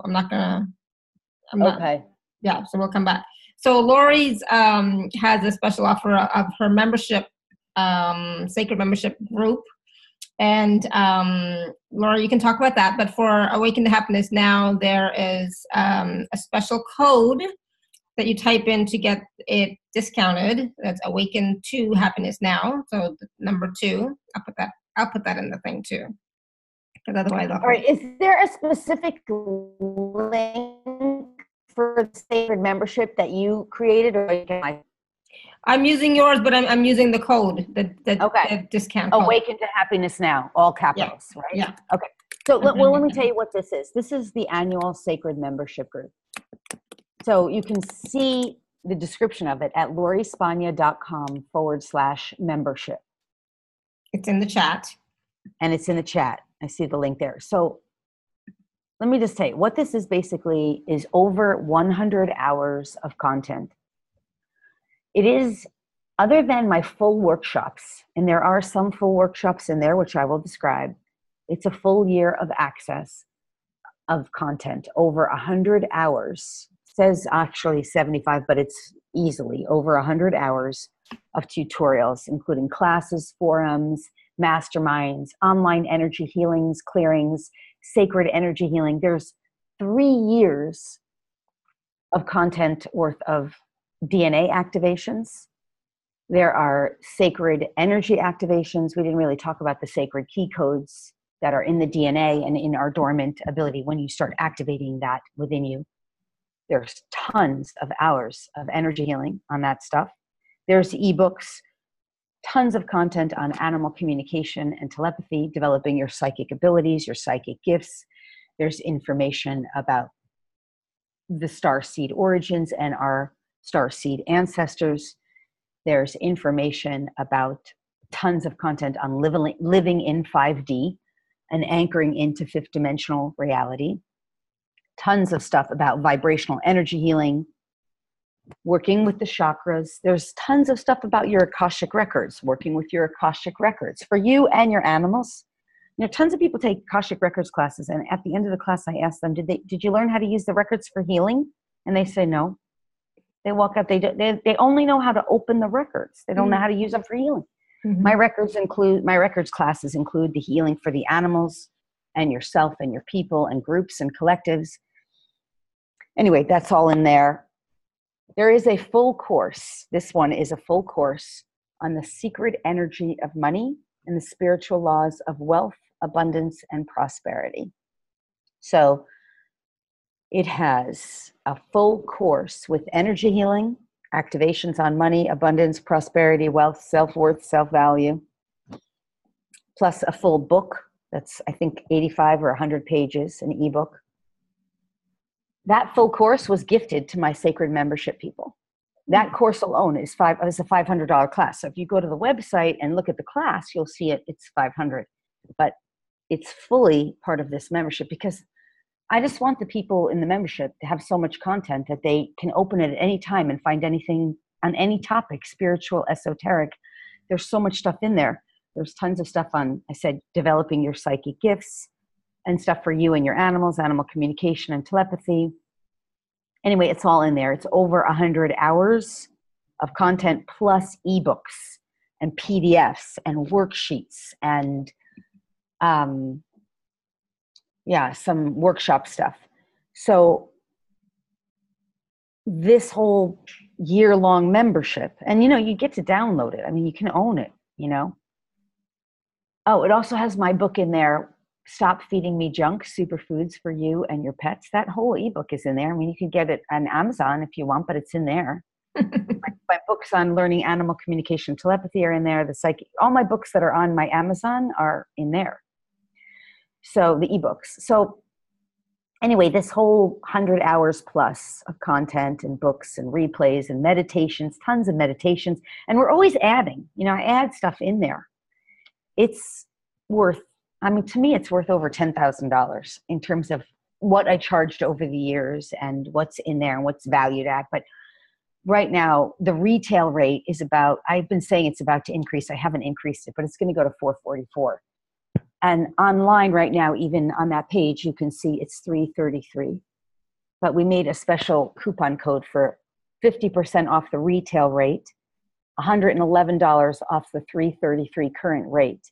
That means you would get it for $222, which is a 50% savings off the $444 and $111 savings off the current listed rate. And so that coupon code that you would enter would be Awaken to Happiness Now. It's all caps, and the number is 2, right? Isn't that right? Yes. Alara? Okay. Yep. So when you do the purchase, you would just put that coupon code in and you'd get that savings, and then you get immediate access, 24 hours, 7 days a week. Anytime you want to do a healing, a meditation, you want to learn this stuff. Yeah, it's everything I've done, basically. It's all my work that I've done, other than full courses. But as I said, the universal laws, full course on how to use and apply the universal laws. That was a good course. I think it's really, if you don't know the universal laws, you can't live in 5D if you're not living by the universal laws, as far as I'm concerned. You have to understand them and apply them. I'm trying to get this back on full screen. Oh, here it is. You have to apply the universal laws. You got to understand them, because in 3D, you follow the laws of the government. In 3D, the universal laws still apply, but you don't understand them. People don't know them in 3D. They don't know they exist. So in 3D, if I give you $1 and you take the $1, in 3D, I now have less and you have more. But in 5D, when you understand the universal laws and you live them, the $1 that I give to you is about to come back to me probably tomorrow as $10. That's really true. It's really true. So when you start living in 5D, you can, when you know those laws and you're applying them, you can't live in poverty. It's impossible to be in poverty and lack if you're really, really fully anchored in 5D. Unless you're choosing that, then you can choose it. If you say, I want to live in 5D, but I want to be poor, you can have that too. And that's the thing. There's so many programs in here, activations, clearings, healings, meditations, content worth $222. I'm looking at it too. It's like, wow. I want to tell you something about that universal laws class. When I did that class, I didn't realize back then how valuable it was. I was learning it. And I've always been I'm a student and a philosopher and a teacher. My rising sign is Sagittarius. I have 5 planets in the house of Cancer, which is the 8th house, which is the metaphysical house. And I have a major planet in the 12th house, which is also known as a spiritual, your unconscious, Neptune. I have Neptune there, which is like Neptune is the planet of spirituality, Anyway, I'm off tangent. The point is, my Sag loves learning. My rising sign Sag. And so when I was studying the universal laws and I was learning it and I was organizing it, I was like, I have to teach this because I love teaching. And it's all in there. But I didn't realize until I started really, really living them since then. That class I think I taught maybe 3 years ago, 2 years ago. It's still exactly the same information I live by now. And I think it has changed my life to live by those laws.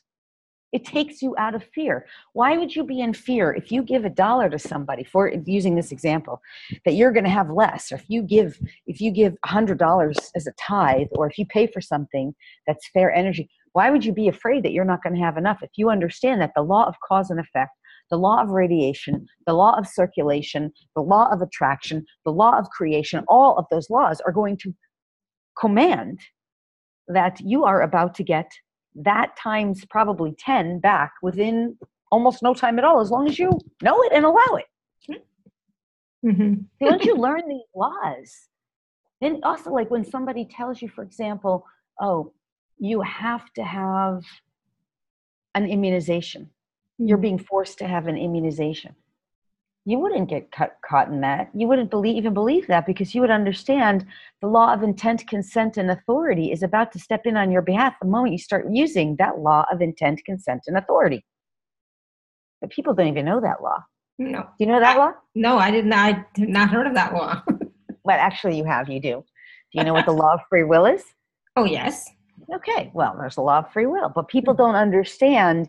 What is the law of free will? How does it work for us? How does it apply? what is it even real? Do we even have a free will? Well, yes, you do. But if you're consenting to something because you think someone's going to force you, and now you get into a wrestling match or a punching match, like, you can't force me. I don't want that. I'm not willing. This makes me mad. This makes me angry. Now you're in a tug of war match. Oh, well, that's your free will. You've just consented. But the moment you claim power with this law, and you say law of free will, intent, consent, and authority, this is against my free will. I don't consent to it. What else is possible? What can we do? That's why I like that question from Access. What else is possible? Yeah. I don't know if that's their question, but I mean, that's an important question. Everybody asks that. I think everybody asks that question. This isn't going to work for me. What else is possible? Exactly. Something else has to be possible. Something better has to be possible. Mm-hmm. All right. And well, anyway, all of that is in that sacred membership. Yes. So it's lorispagna.com/membership. And the coupon code is all caps, Awaken, the number two, happiness now. Yeah. And you just put that in at checkout. Beautiful. Thank you. Yeah, there's so much wonderful content and including, if you like activations, there's healings, there's clearings, there's meditations, and then there's content to read. I like to read. I'm a reader. I like to learn. So there's lots of things to learn as well. So just to open your mind to new possibilities and new just something you may have never even thought of before. Yeah. By the way, almost everything that's in the PDFs, like the ebooks, they have MP3s with them. So if you don't want to read the PDF, I recorded the MP3s for all the ebooks. And the thing that I love about some of the ebooks, like my ebook, Stop Feeding Me Junk, Superfoods for You and Your Pets. Mm-hmm. That ebook on Kindle is not very good because all the links, they're not linkable on Kindle. Right. But when you get it as the PDF, it has all links to like the best superfoods for you and your pets, and links to websites where you can actually get products and get coupons and stuff. But you need the actual book. Mm-hmm. I mean, it's in there. Cool. Anyway, yeah, all those PDFs have that stuff. So, and a lot of the PDFs are worksheets too. So a lot of them are things, worksheets and prayers. There's some prayers that you use, like forgiveness prayers, self-love prayers. There's a money prayer. I swear, it's every time I use that money prayer. I gave that money prayer away to my community once, during the holidays. Everyone in my newsletter, and I got letters back from people writing to me saying that when they said that prayer, automatically, like within 24 hours, they had like all this unexpected money come to them. It really works. I mean, that money prayer really works. That's in there. It's amazing. And I've said it when I say that money prayer, I say it for all of humanity. In there's a line that says, free us and liberate us from all financial slavery, all financial tyranny, free us and liberate us from all tyranny, free us and liberate us from all financial tyranny and all tyranny of every kind. Free us and liberate us, that we may be financially abundant and prosperous as a collective. That's in there, but I've done it specifically even for like my family. And my father will tell me like the next week, oh, I got a new client, I got new business. I pay attention to the cause and effect. Yeah. I pay attention. If you're paying attention, you can see. It doesn't mean that if it doesn't happen, it didn't work. It just means maybe you didn't see it, or maybe it's still to come. It's just I can always see cause and effect relationships with that prayer, that money prayer. Yeah. In this particular example. Yeah, anyway, that's cool. It's in there. Yeah. Yay. And and that's one of the things I like about you, Laura, is that you are not doing stuff just for yourself. You're doing it for all of humanity. You're doing it for the collective. You're doing it for your community. It's not just you. Yeah, I want a better earth for everyone. Yeah. I mean, I always say my journey was born out of my love for animals, because I really wanted to help animals on a global scale. That was my mantra. I'm sure you've heard me say that before.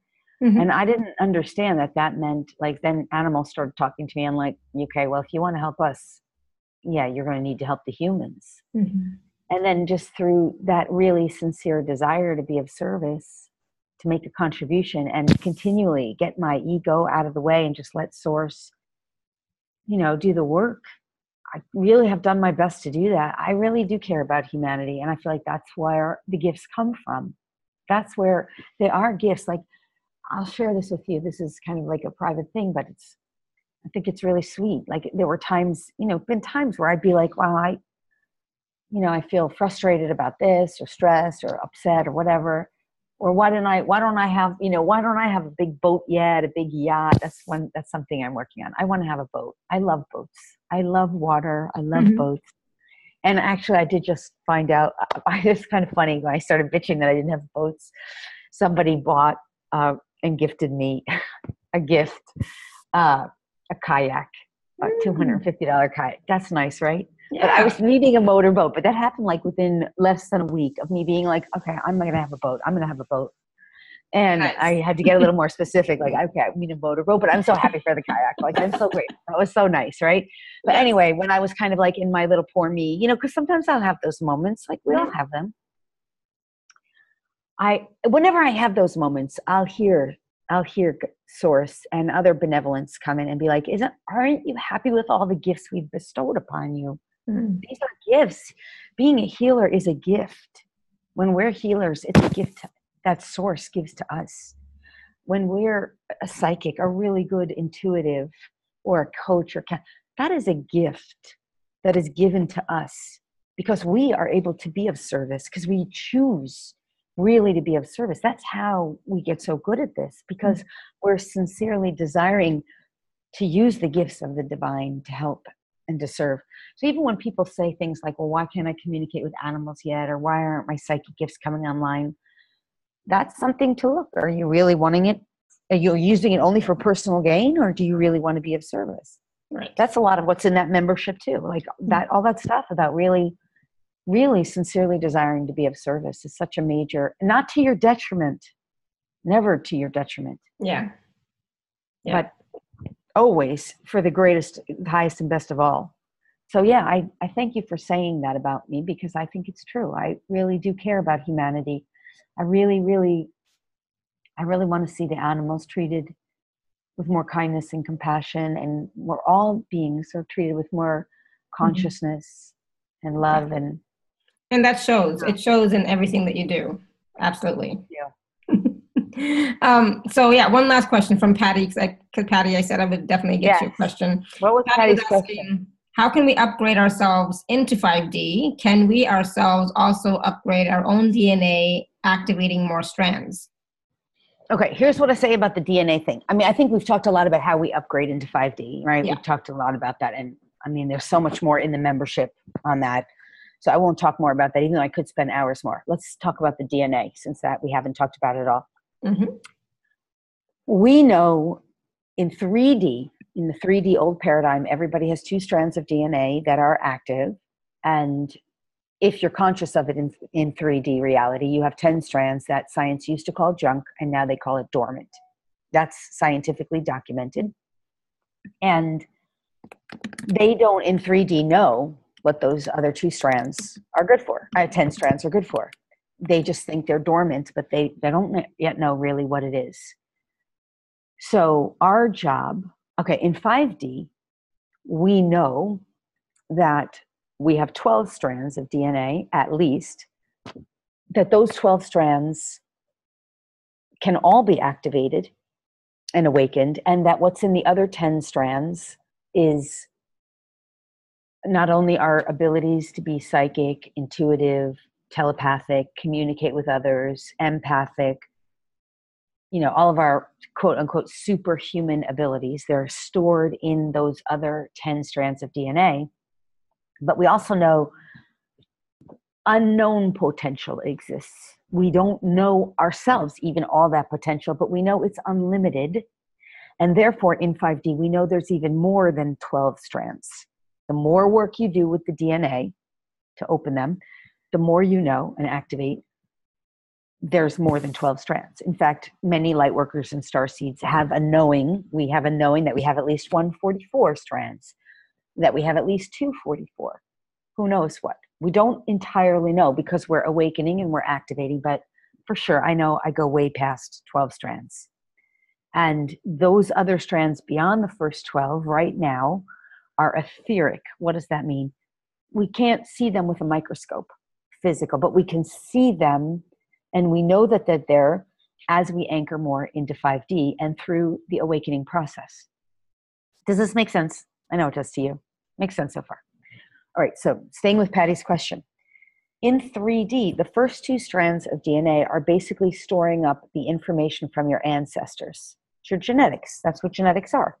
Your ancestral lineage and what you've been told and taught and what you as an individual believed through your ancestral lineage, what you took on. So, for example, if through your lineage,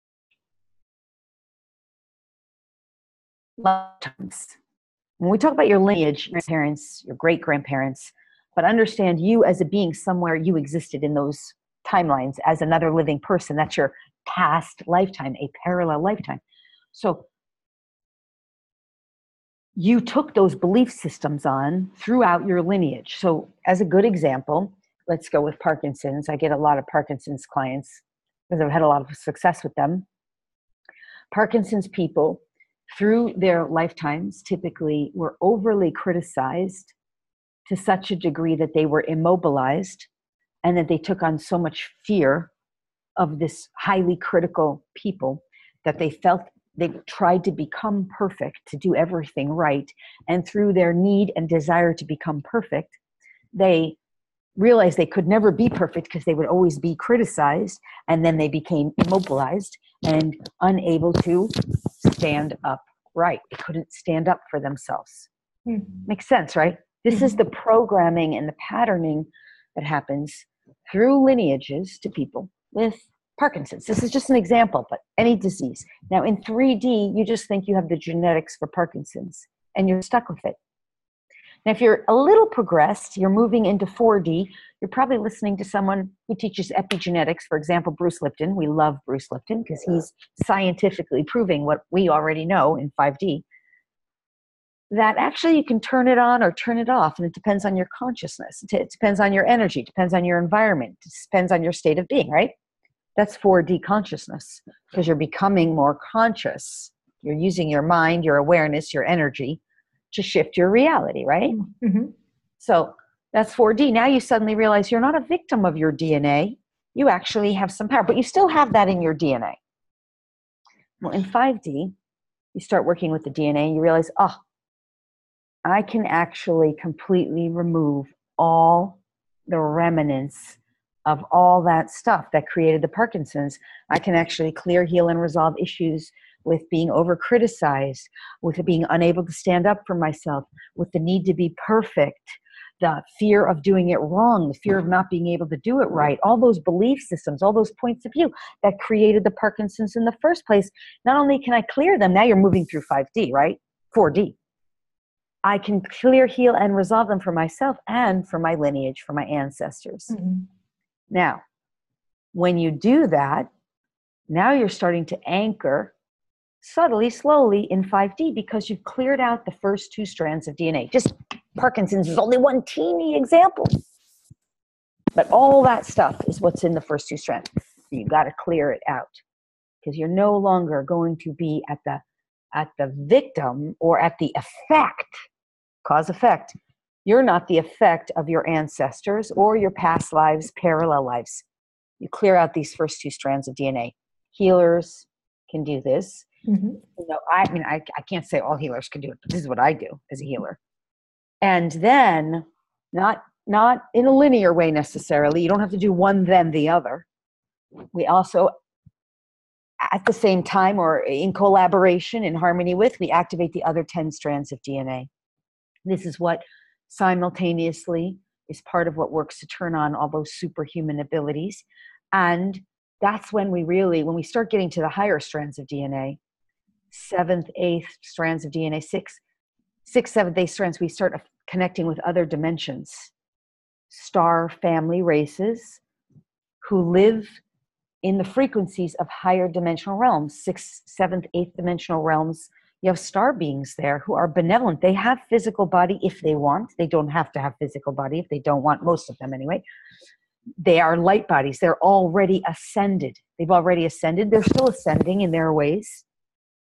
But that's in the DNA too. So that's how come I can know my star seed lineage. We can all know our star seed ancestors and our star seed lineage. That's also in the DNA. The DNA is simply storing up the records. By the way, I teach this in the Akashic Records class, which is also in the Sacred Membership, not the full course, but accessing your Akashic Records and learning about them and starting the beginning work with them. You can learn that in my Sacred Membership class. But your Akashic Records are storing up your records too. They're also in your DNA. So this is why activating the DNA is so important, because it brings all this on. It clears out the old. It makes way for the new. It opens us up. It anchors us into 5D. So, okay, that all makes sense, right? Mm-hmm. Can we do it for ourselves? Can we do it for ourselves? Yes, we can.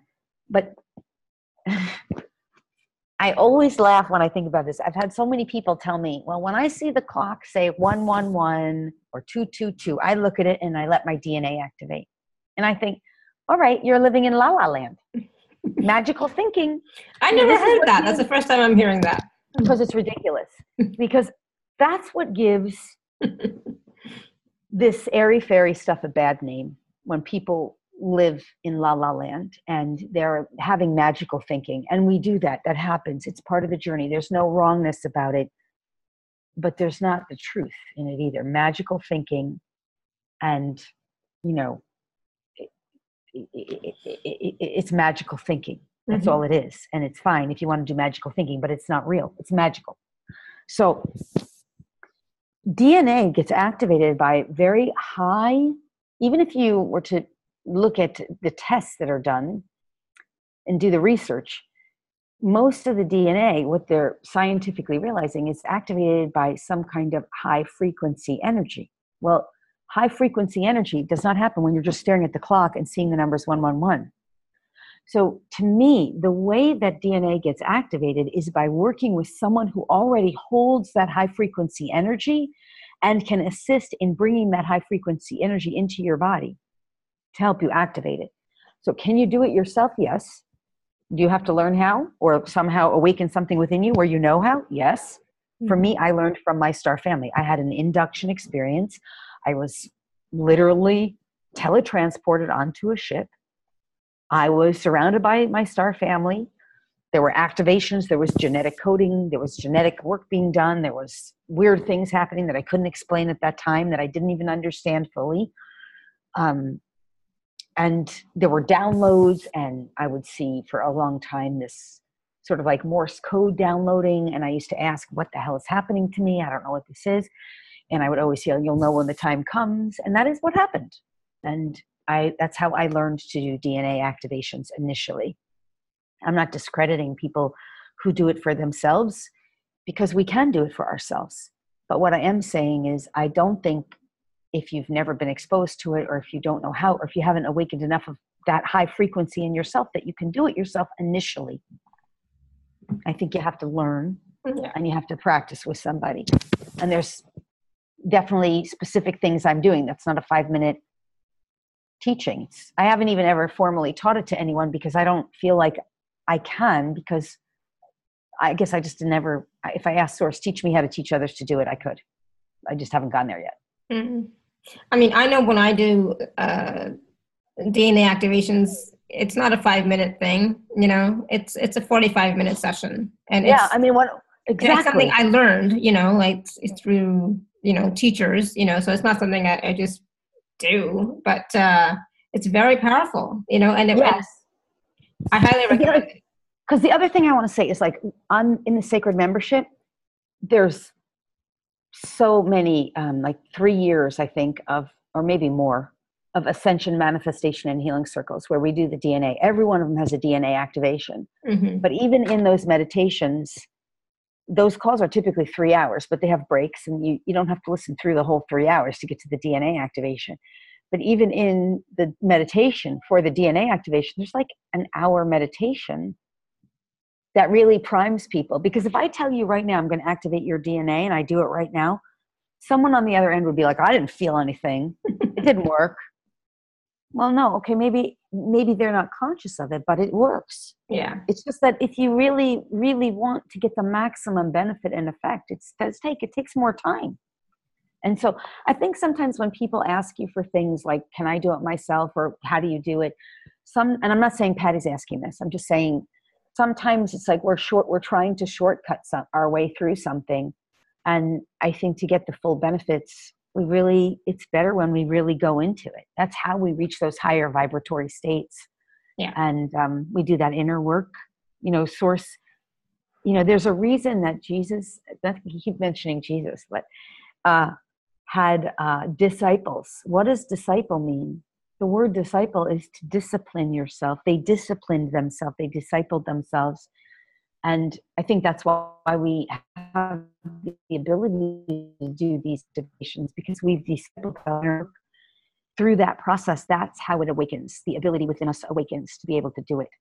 But I think you have to start through learning and, taking the time to do it within yourself and with others, and using those high frequency things. Absolutely. Those high frequency tools. So I hope that helps. Yes, definitely. Thank you. And so I wanted to tell Patty, or let her know, and everybody else know too, that in that membership program, there are, like you said, DNA activations already in there in some of the. Yeah. Oh yeah. Tons of them. Yeah. Tons of them. Good. Cool. So I forgot Caroline's question way back when at the beginning. Oops. And she had written a song for Merlin. Remember Merlin passed last year in May? Merlin is a cat? Is Merlin a cat?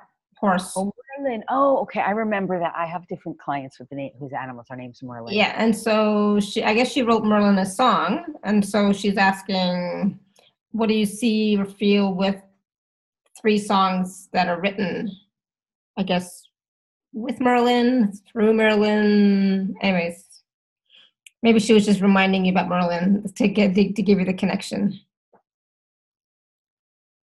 Yeah. Okay. I mean, I remember Merlin the horse, and I remember Caroline. It's her name, right? Yeah. I don't know if I ever worked with her in a one-on-one session, or if I just know her through telesummits. So forgive me, because I don't retain anyone else's story after I'm done, but I know I have interacted with them both before. So with Merlin having crossed over, she basically wrote some songs. Is that right? And she's just wondering if he knows the songs, or I don't know what the question is. Just what do you see or feel with the songs? Well, what's to happen with the songs? I can only say this is what I'm getting. I'm not getting anything about like the songs or what's to happen with the songs.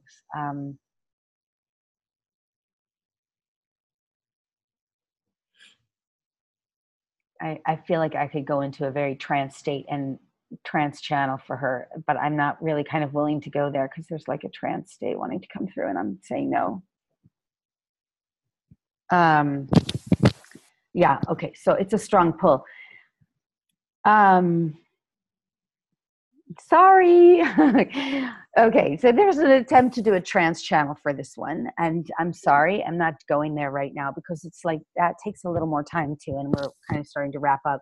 But what I totally get, I can absolutely understand that this horse Merlin is still very around her, and she's also very powerful, and that she is doing lots of work with the non-physical realm. There are lots of benevolence around her who continually want to connect with her, who she's connecting with. And this is the warning. It's a warning.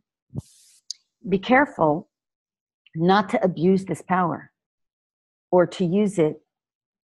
It's not for personal gain. It's not that you're allowed to use it for personal gain, but not to use it at someone else's, to interfere in someone else's space. Because you're very powerful, Carolyn, and you're using these gifts and tools, and you, on some level, know what you're doing, and Merlin is still around you, and that's part of your work. I'm going to use you an example. I'm going to give you an example. So I once worked with this very young kid, very short, brief period of time, because he was actually very abusive. And I asked for something that I didn't realize. I get to go. Sorry, just got to get that out of space. Energy moving. So I didn't realize what I was asking for, but at the time I was working really hard and building my business, and I was asking for someone to come into my life who knew how to hustle. Hustler. I did not mean a hustler. I meant someone who hustles to get their work done. Yeah. You know what I mean? Yeah. You've got to be careful what you ask for. So I get this young kid come in my life, and he's a very powerful manifester, and that's his thing. He wants to manifest, but he has a lot of self-hatred and a lot of judgment. He's into law of attraction, and so he's fighting with his own shadow, refusing his shadow. But he knows how to manifest, and he's pushing his will over masculine energy. You understand? Masculine energy creates. He's pushing his will on others, and he's doing a lot of other things that I personally think are not of the highest light, like going on dating sites and meeting women and then hustling them to become his clients. I made a mistake in what I asked for. Anyway, this happens when we start knowing our power sometimes, where we're using it and we don't realize he didn't mean to be misusing or abusing his power. He just was in a state of very strong masculine energy, using it to create and manifest what he wanted, sometimes at the expense of others. And this is the caution that was coming through, because like Carolyn's willingness and wanting to receive is affecting me, right? Like her beings around her can easily come through and channel, but it's almost like it's coming through with a force, a strong force. That's not entirely in flow. Merlin has that energy. I work with Merlin, the being Merlin, the ascended master Merlin. He's very powerful. And some people didn't even know if he was real because he's such a light body being. They never, in his timeline where he existed in body, they didn't even know if he was real because he was so able to transcend his own physical body already at that, timeline, time of Sir Arthur. And so this is the same thing. That's the same energy that's coming up for Caroline with her horse. Is like, you're very powerful and you're not doing anything wrong. You have to come into a kind of union with this power where you're not using it, where your will is not overriding the will of anyone else. And this is a sacred rites of passage. So Merlin, her horse, thank you. Now it's coming in clearer because I put up like a healthy boundary, right? I'm translating rather than channeling it, but it wanted to be channeled through. Merlin, her horse, is simply saying, you're at a point of the sacred rite of passage. And just as I have been, and the sacred rite of passage is to start to come into knowing your power without abusing your power. That means unioning the masculine energy and the feminine energy. This character, this hustler character I was talking about, was using only masculine force. Feminine flow, feminine allowance, feminine existence is the feminine energy that just, it allows. And it works in harmony. That's true power. True power is the union of the feminine and the masculine energies that we all have within us. This is what your horse Merlin is saying. It's not so much about the songs. The songs are an honoring of Merlin. At least that's what I'm getting. That's what I'm receiving as I connect in with Carolyn, with Merlin, and with this question, which it's more about you're honoring Merlin. Merlin is honored. He's still around you. There's a sacred rite of passage going on both for him in the non-physical realm and for you as you level up to the next level of your embodiment. And that embodiment is harnessing the power that you have without forcing or pushing it or coercing, without coercion, whereas you unite it with the feminine energy of allowing and flowing and using it in divine union, not to force or coerce, but to be in more flow and harmony with your own power. That's the sacred rite of passage. That's the rite of passage that's going on for Carolyn at this time that I'm translating as I understand it. And that is the rite of passage that Merlin is facilitating with through his embodiment, non-embodiment on the other side, so to speak. Okay, that's my translation. I hope this is helping. And I think that's a message for everybody, not just for Caroline. It's also, it's a message for all of us. It's not just about the doing, pushing, but also in the receiving and the allowing and finding that balance with the two, to create. Yes. Right? I'm sorry. I got distracted because I think, is this Carolina with the, No. Okay. I didn't know if that was the same person's face. I had never seen her face. I don't know what she looks like. So I was just curious. Yeah, she's at work, so she's not on video. Okay. Yeah. No, but I'm glad that we asked that question, because it is relevant when sometimes we're just pushing, and not really receiving and allowing it to flow, to be in that flow, you know? Yes. And we, you know, as we're awakening, this is one of my core teachings in my psychic development class. And I know this stuff is in sacred membership. You know, in a healthy way, because, you know, there's a lot of like psychics and intuitives and animal communicators and spiritual people waking up to our gifts. And we don't realize about intruding on someone else's space. I've had people intrude on my space energetically, sometimes with very good intention, and other times because of their own need to feel whatever they needed, superior, or maybe they needed knowledge, they needed to know something, or people sometimes just out of love, they want to send energy. I'm a big boundary person. And even though I have so much water sign, and water is like flow and feminine energy. But yeah, Sagittarius is a fire sign. That's not always a healthy boundary sign, but you know, earth signs are healthy boundaries. Typically, they typically have healthy boundaries. The key is to understand that we don't get to intrude on someone else's space just because we suddenly can have the ability to send love or send healing or psychically read them. We have to be very respectful and honoring of someone else's own personal space. And I don't know if that directly applies to Carolyn and Merlin directly, but that's an aspect of what's come through from that question. It's us all learning to use this newfound power, these newfound gifts and abilities, without harming someone else, without intruding on their space, without psychically invading their space, without reading them. And even like one of my best friends, he used to always send me love all the time. I love him. But I have taught him, you ask me permission before you send me love, because I love my energy. I love my own energy, my own energetic space. But you can only get to know your own energetic frequency by working and playing with energy, feeling different things, you know, sensing when you're most at peace, when you're feeling the best. That's a process too, to know your own energy. And over the years of knowing him, I would know when he was sending me love. And it always felt good, but it wasn't my energy. I love my energetic vibration. When I'm in my own energetic space, I'm in peace, I'm in love, I'm happiness, I feel good, I feel perfect, perfectly, divinely aligned. It's my energy, no one's intruding. So even though I love that he sends me love, I actually love my own space better. So sometimes I don't want his love. And we don't even know that. We're walking around thinking we should be sending love to everybody. That's what light workers do. But no, that's not what we need. I will say this, though.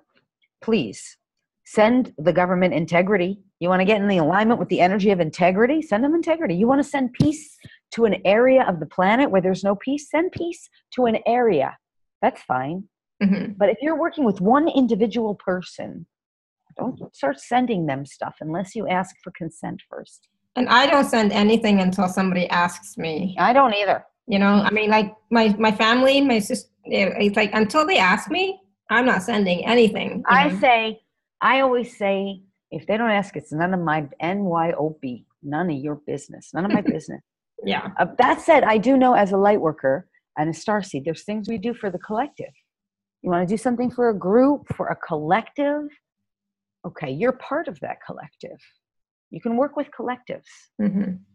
That's a group consensus. There's things we can do for collectives, but so I know people are asking for a group process to close when, and it's like we've gone way beyond time, and I'm like, I'm like, we did not do a process today. We didn't. No, so maybe we can do a short one, but wow, look at all these. So many comments. I didn't even realize how much time we were going, because I just love doing this. And I love talking with you, You know why I love it so much? Because I feel like you're just so easy, and you're so, you know what I mean? Like I like easy, like not Me easy. too. I like ease, and that's why I have, like a couple of months ago, I said, no, these shows are too long. I can't do it. I can't sit in this chair for that long. It's like I'm uncomfortable. It's like blah blah blah. So it's like no, but yeah. You're so easy. I just flow with you so much. All right, should we do what kind of quick last minute process could we do? Yes. We just have source. What for this particular group would be for the highest and greatest of all, which would serve in the highest and best ways. That could be quick and fast and easy in terms of linear time. Okay, good. We'll just do one quick sweep. So any and all, this is what we're going to do. Okay, I've got it. Thank you. It's already started. So for everyone who wants to participate, if you want, you just start breathing in through your nose. Even in delayed playback, this is fine. Comfortable breaths in through your nose, down into your belly. Big, full breaths. Fill up the body with breath of oxygen. Remember that indeed it is true that the highest frequencies of energy are available to us right now. Highest, lightest, clearest, purest frequencies. And those are frequencies that vibrate with peace, love, joy. So breathe some peace, love, and joy. They're everywhere. Breathe them into your body. Full, big, deep, full, comfortable, rich breaths, filling up your entire body and being with peace, with love. And let that peace and love go to every cell of your body and being. Anywhere your body needs some extra peace, some love, some joy, breathe it in. And so while you're doing this, you're giving your consent with a yes, thank you, as I translate or after I translate what Source will do. First thing is a clean sweep. Any and all denser, heavier energies. Notice we are not combining energies. Source will work with each and every one of us as individuals, and only as is for our highest and best, with harm to none, as always.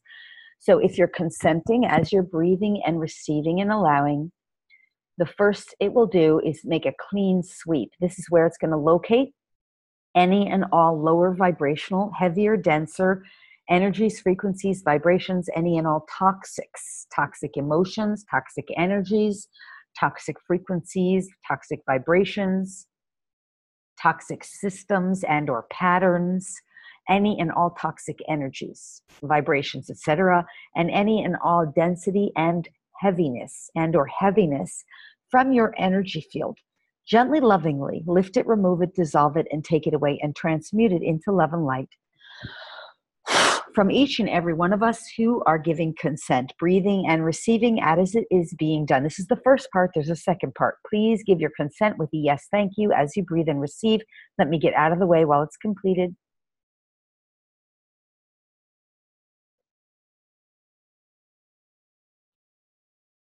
I get to go. I get to go. You're just noticing whatever you notice is fine.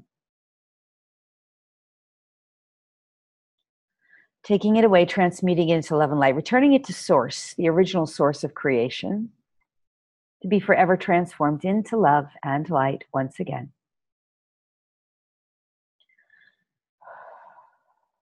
Good, nice. And now replacing it with divine source consciousness, divine source truth, divine source perspective, understanding, and definition regarding everything we've been discussing today, and in particular around having to do with these toxins, toxic emotions, etc., that have just been cleaned. So expanded consciousness, truth, point of view, perspective, understanding, and definition with and from divine source. Like divine source consciousness will now be instilled within you, within every cell of your body and being, regarding that which has been removed. So you have clarity, you have perspective, understanding, and definition, you have truth, you have alignment with source. If you're willing to receive this, your truth, your point of view, your perspective, understanding, and definition will be brought into alignment with divine source as it relates to this healing we're doing now. Breathe and receive. Give your consent. Let me get out of the way.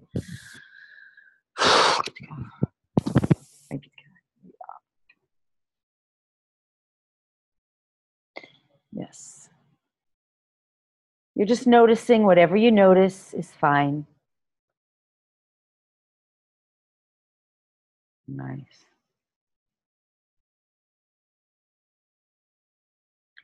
A little more.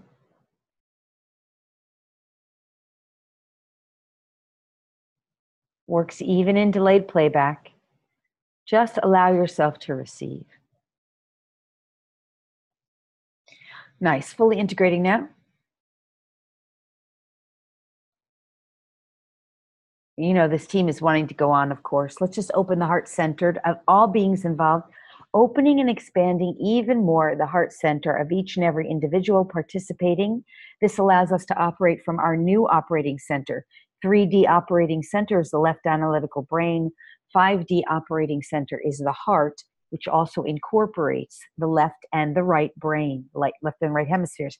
Source and the benevolence involved are angels here now gathered as well. Mother Mary, Kuan Yin, and gathered as well. Many benevolence. Okay, so we're just going to open the heart center for this last part. So if you're willing to receive, breathe into the heart. Drop your consciousness into your heart center, the core of your own heart. Just drop every part of your awareness into your heart as deep as you can. If you think you don't know how, just keep pretending as if you do, and just do it as if you do know. Allow it.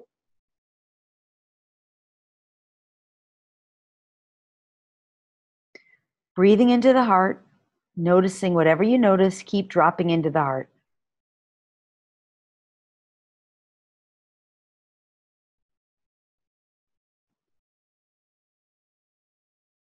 A little more. Nice.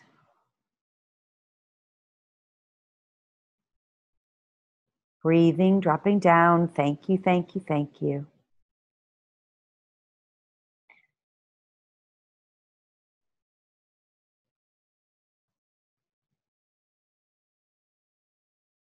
Nice. Good. Nice. Good. Okay. Now, whenever you're ready, you could just open your eyes. You're going to feel a little lightheaded if your eyes were closed.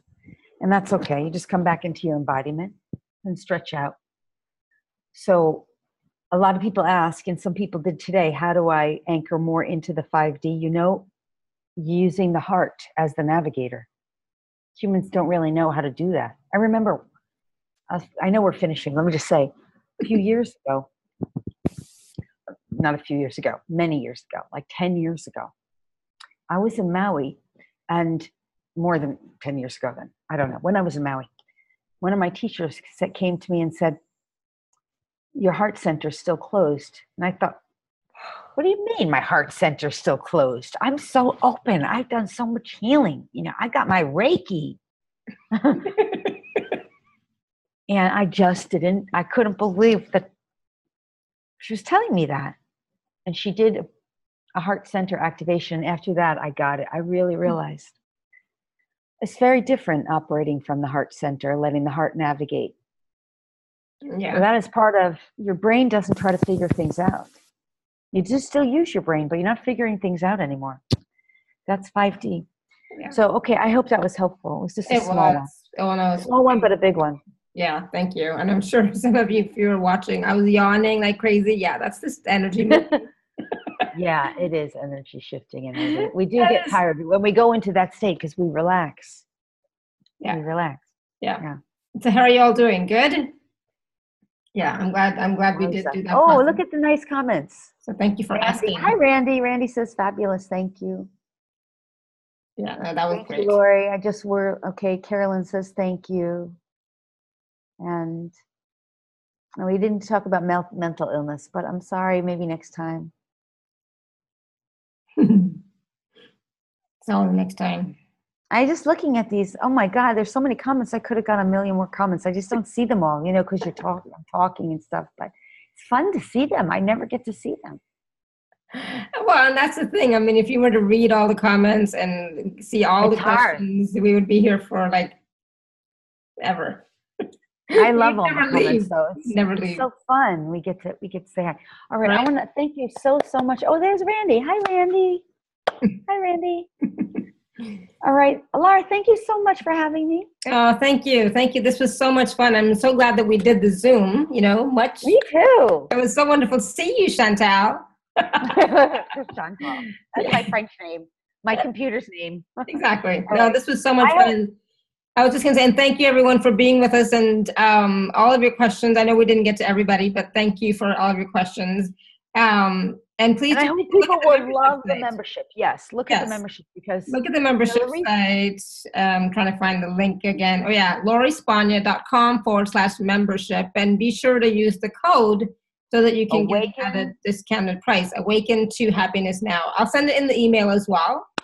And you'll get the link so you can watch this again if you want on YouTube. It'll be on YouTube. You can watch it again, or you can also listen to the podcast if you want to just listen. I'll have that all in the email that will come out. And I just want to tell you guys all, after this, I'm going swimming in my pool. Yay! Have a great time. All right, thank you, everyone. Have a great day, afternoon, evening. Until next time, continue to live your life filled with joy, peace, love, abundance, and happiness. Bye for now. Sending you all much love and blessings always. Bye for now. Yeah, happy swimming.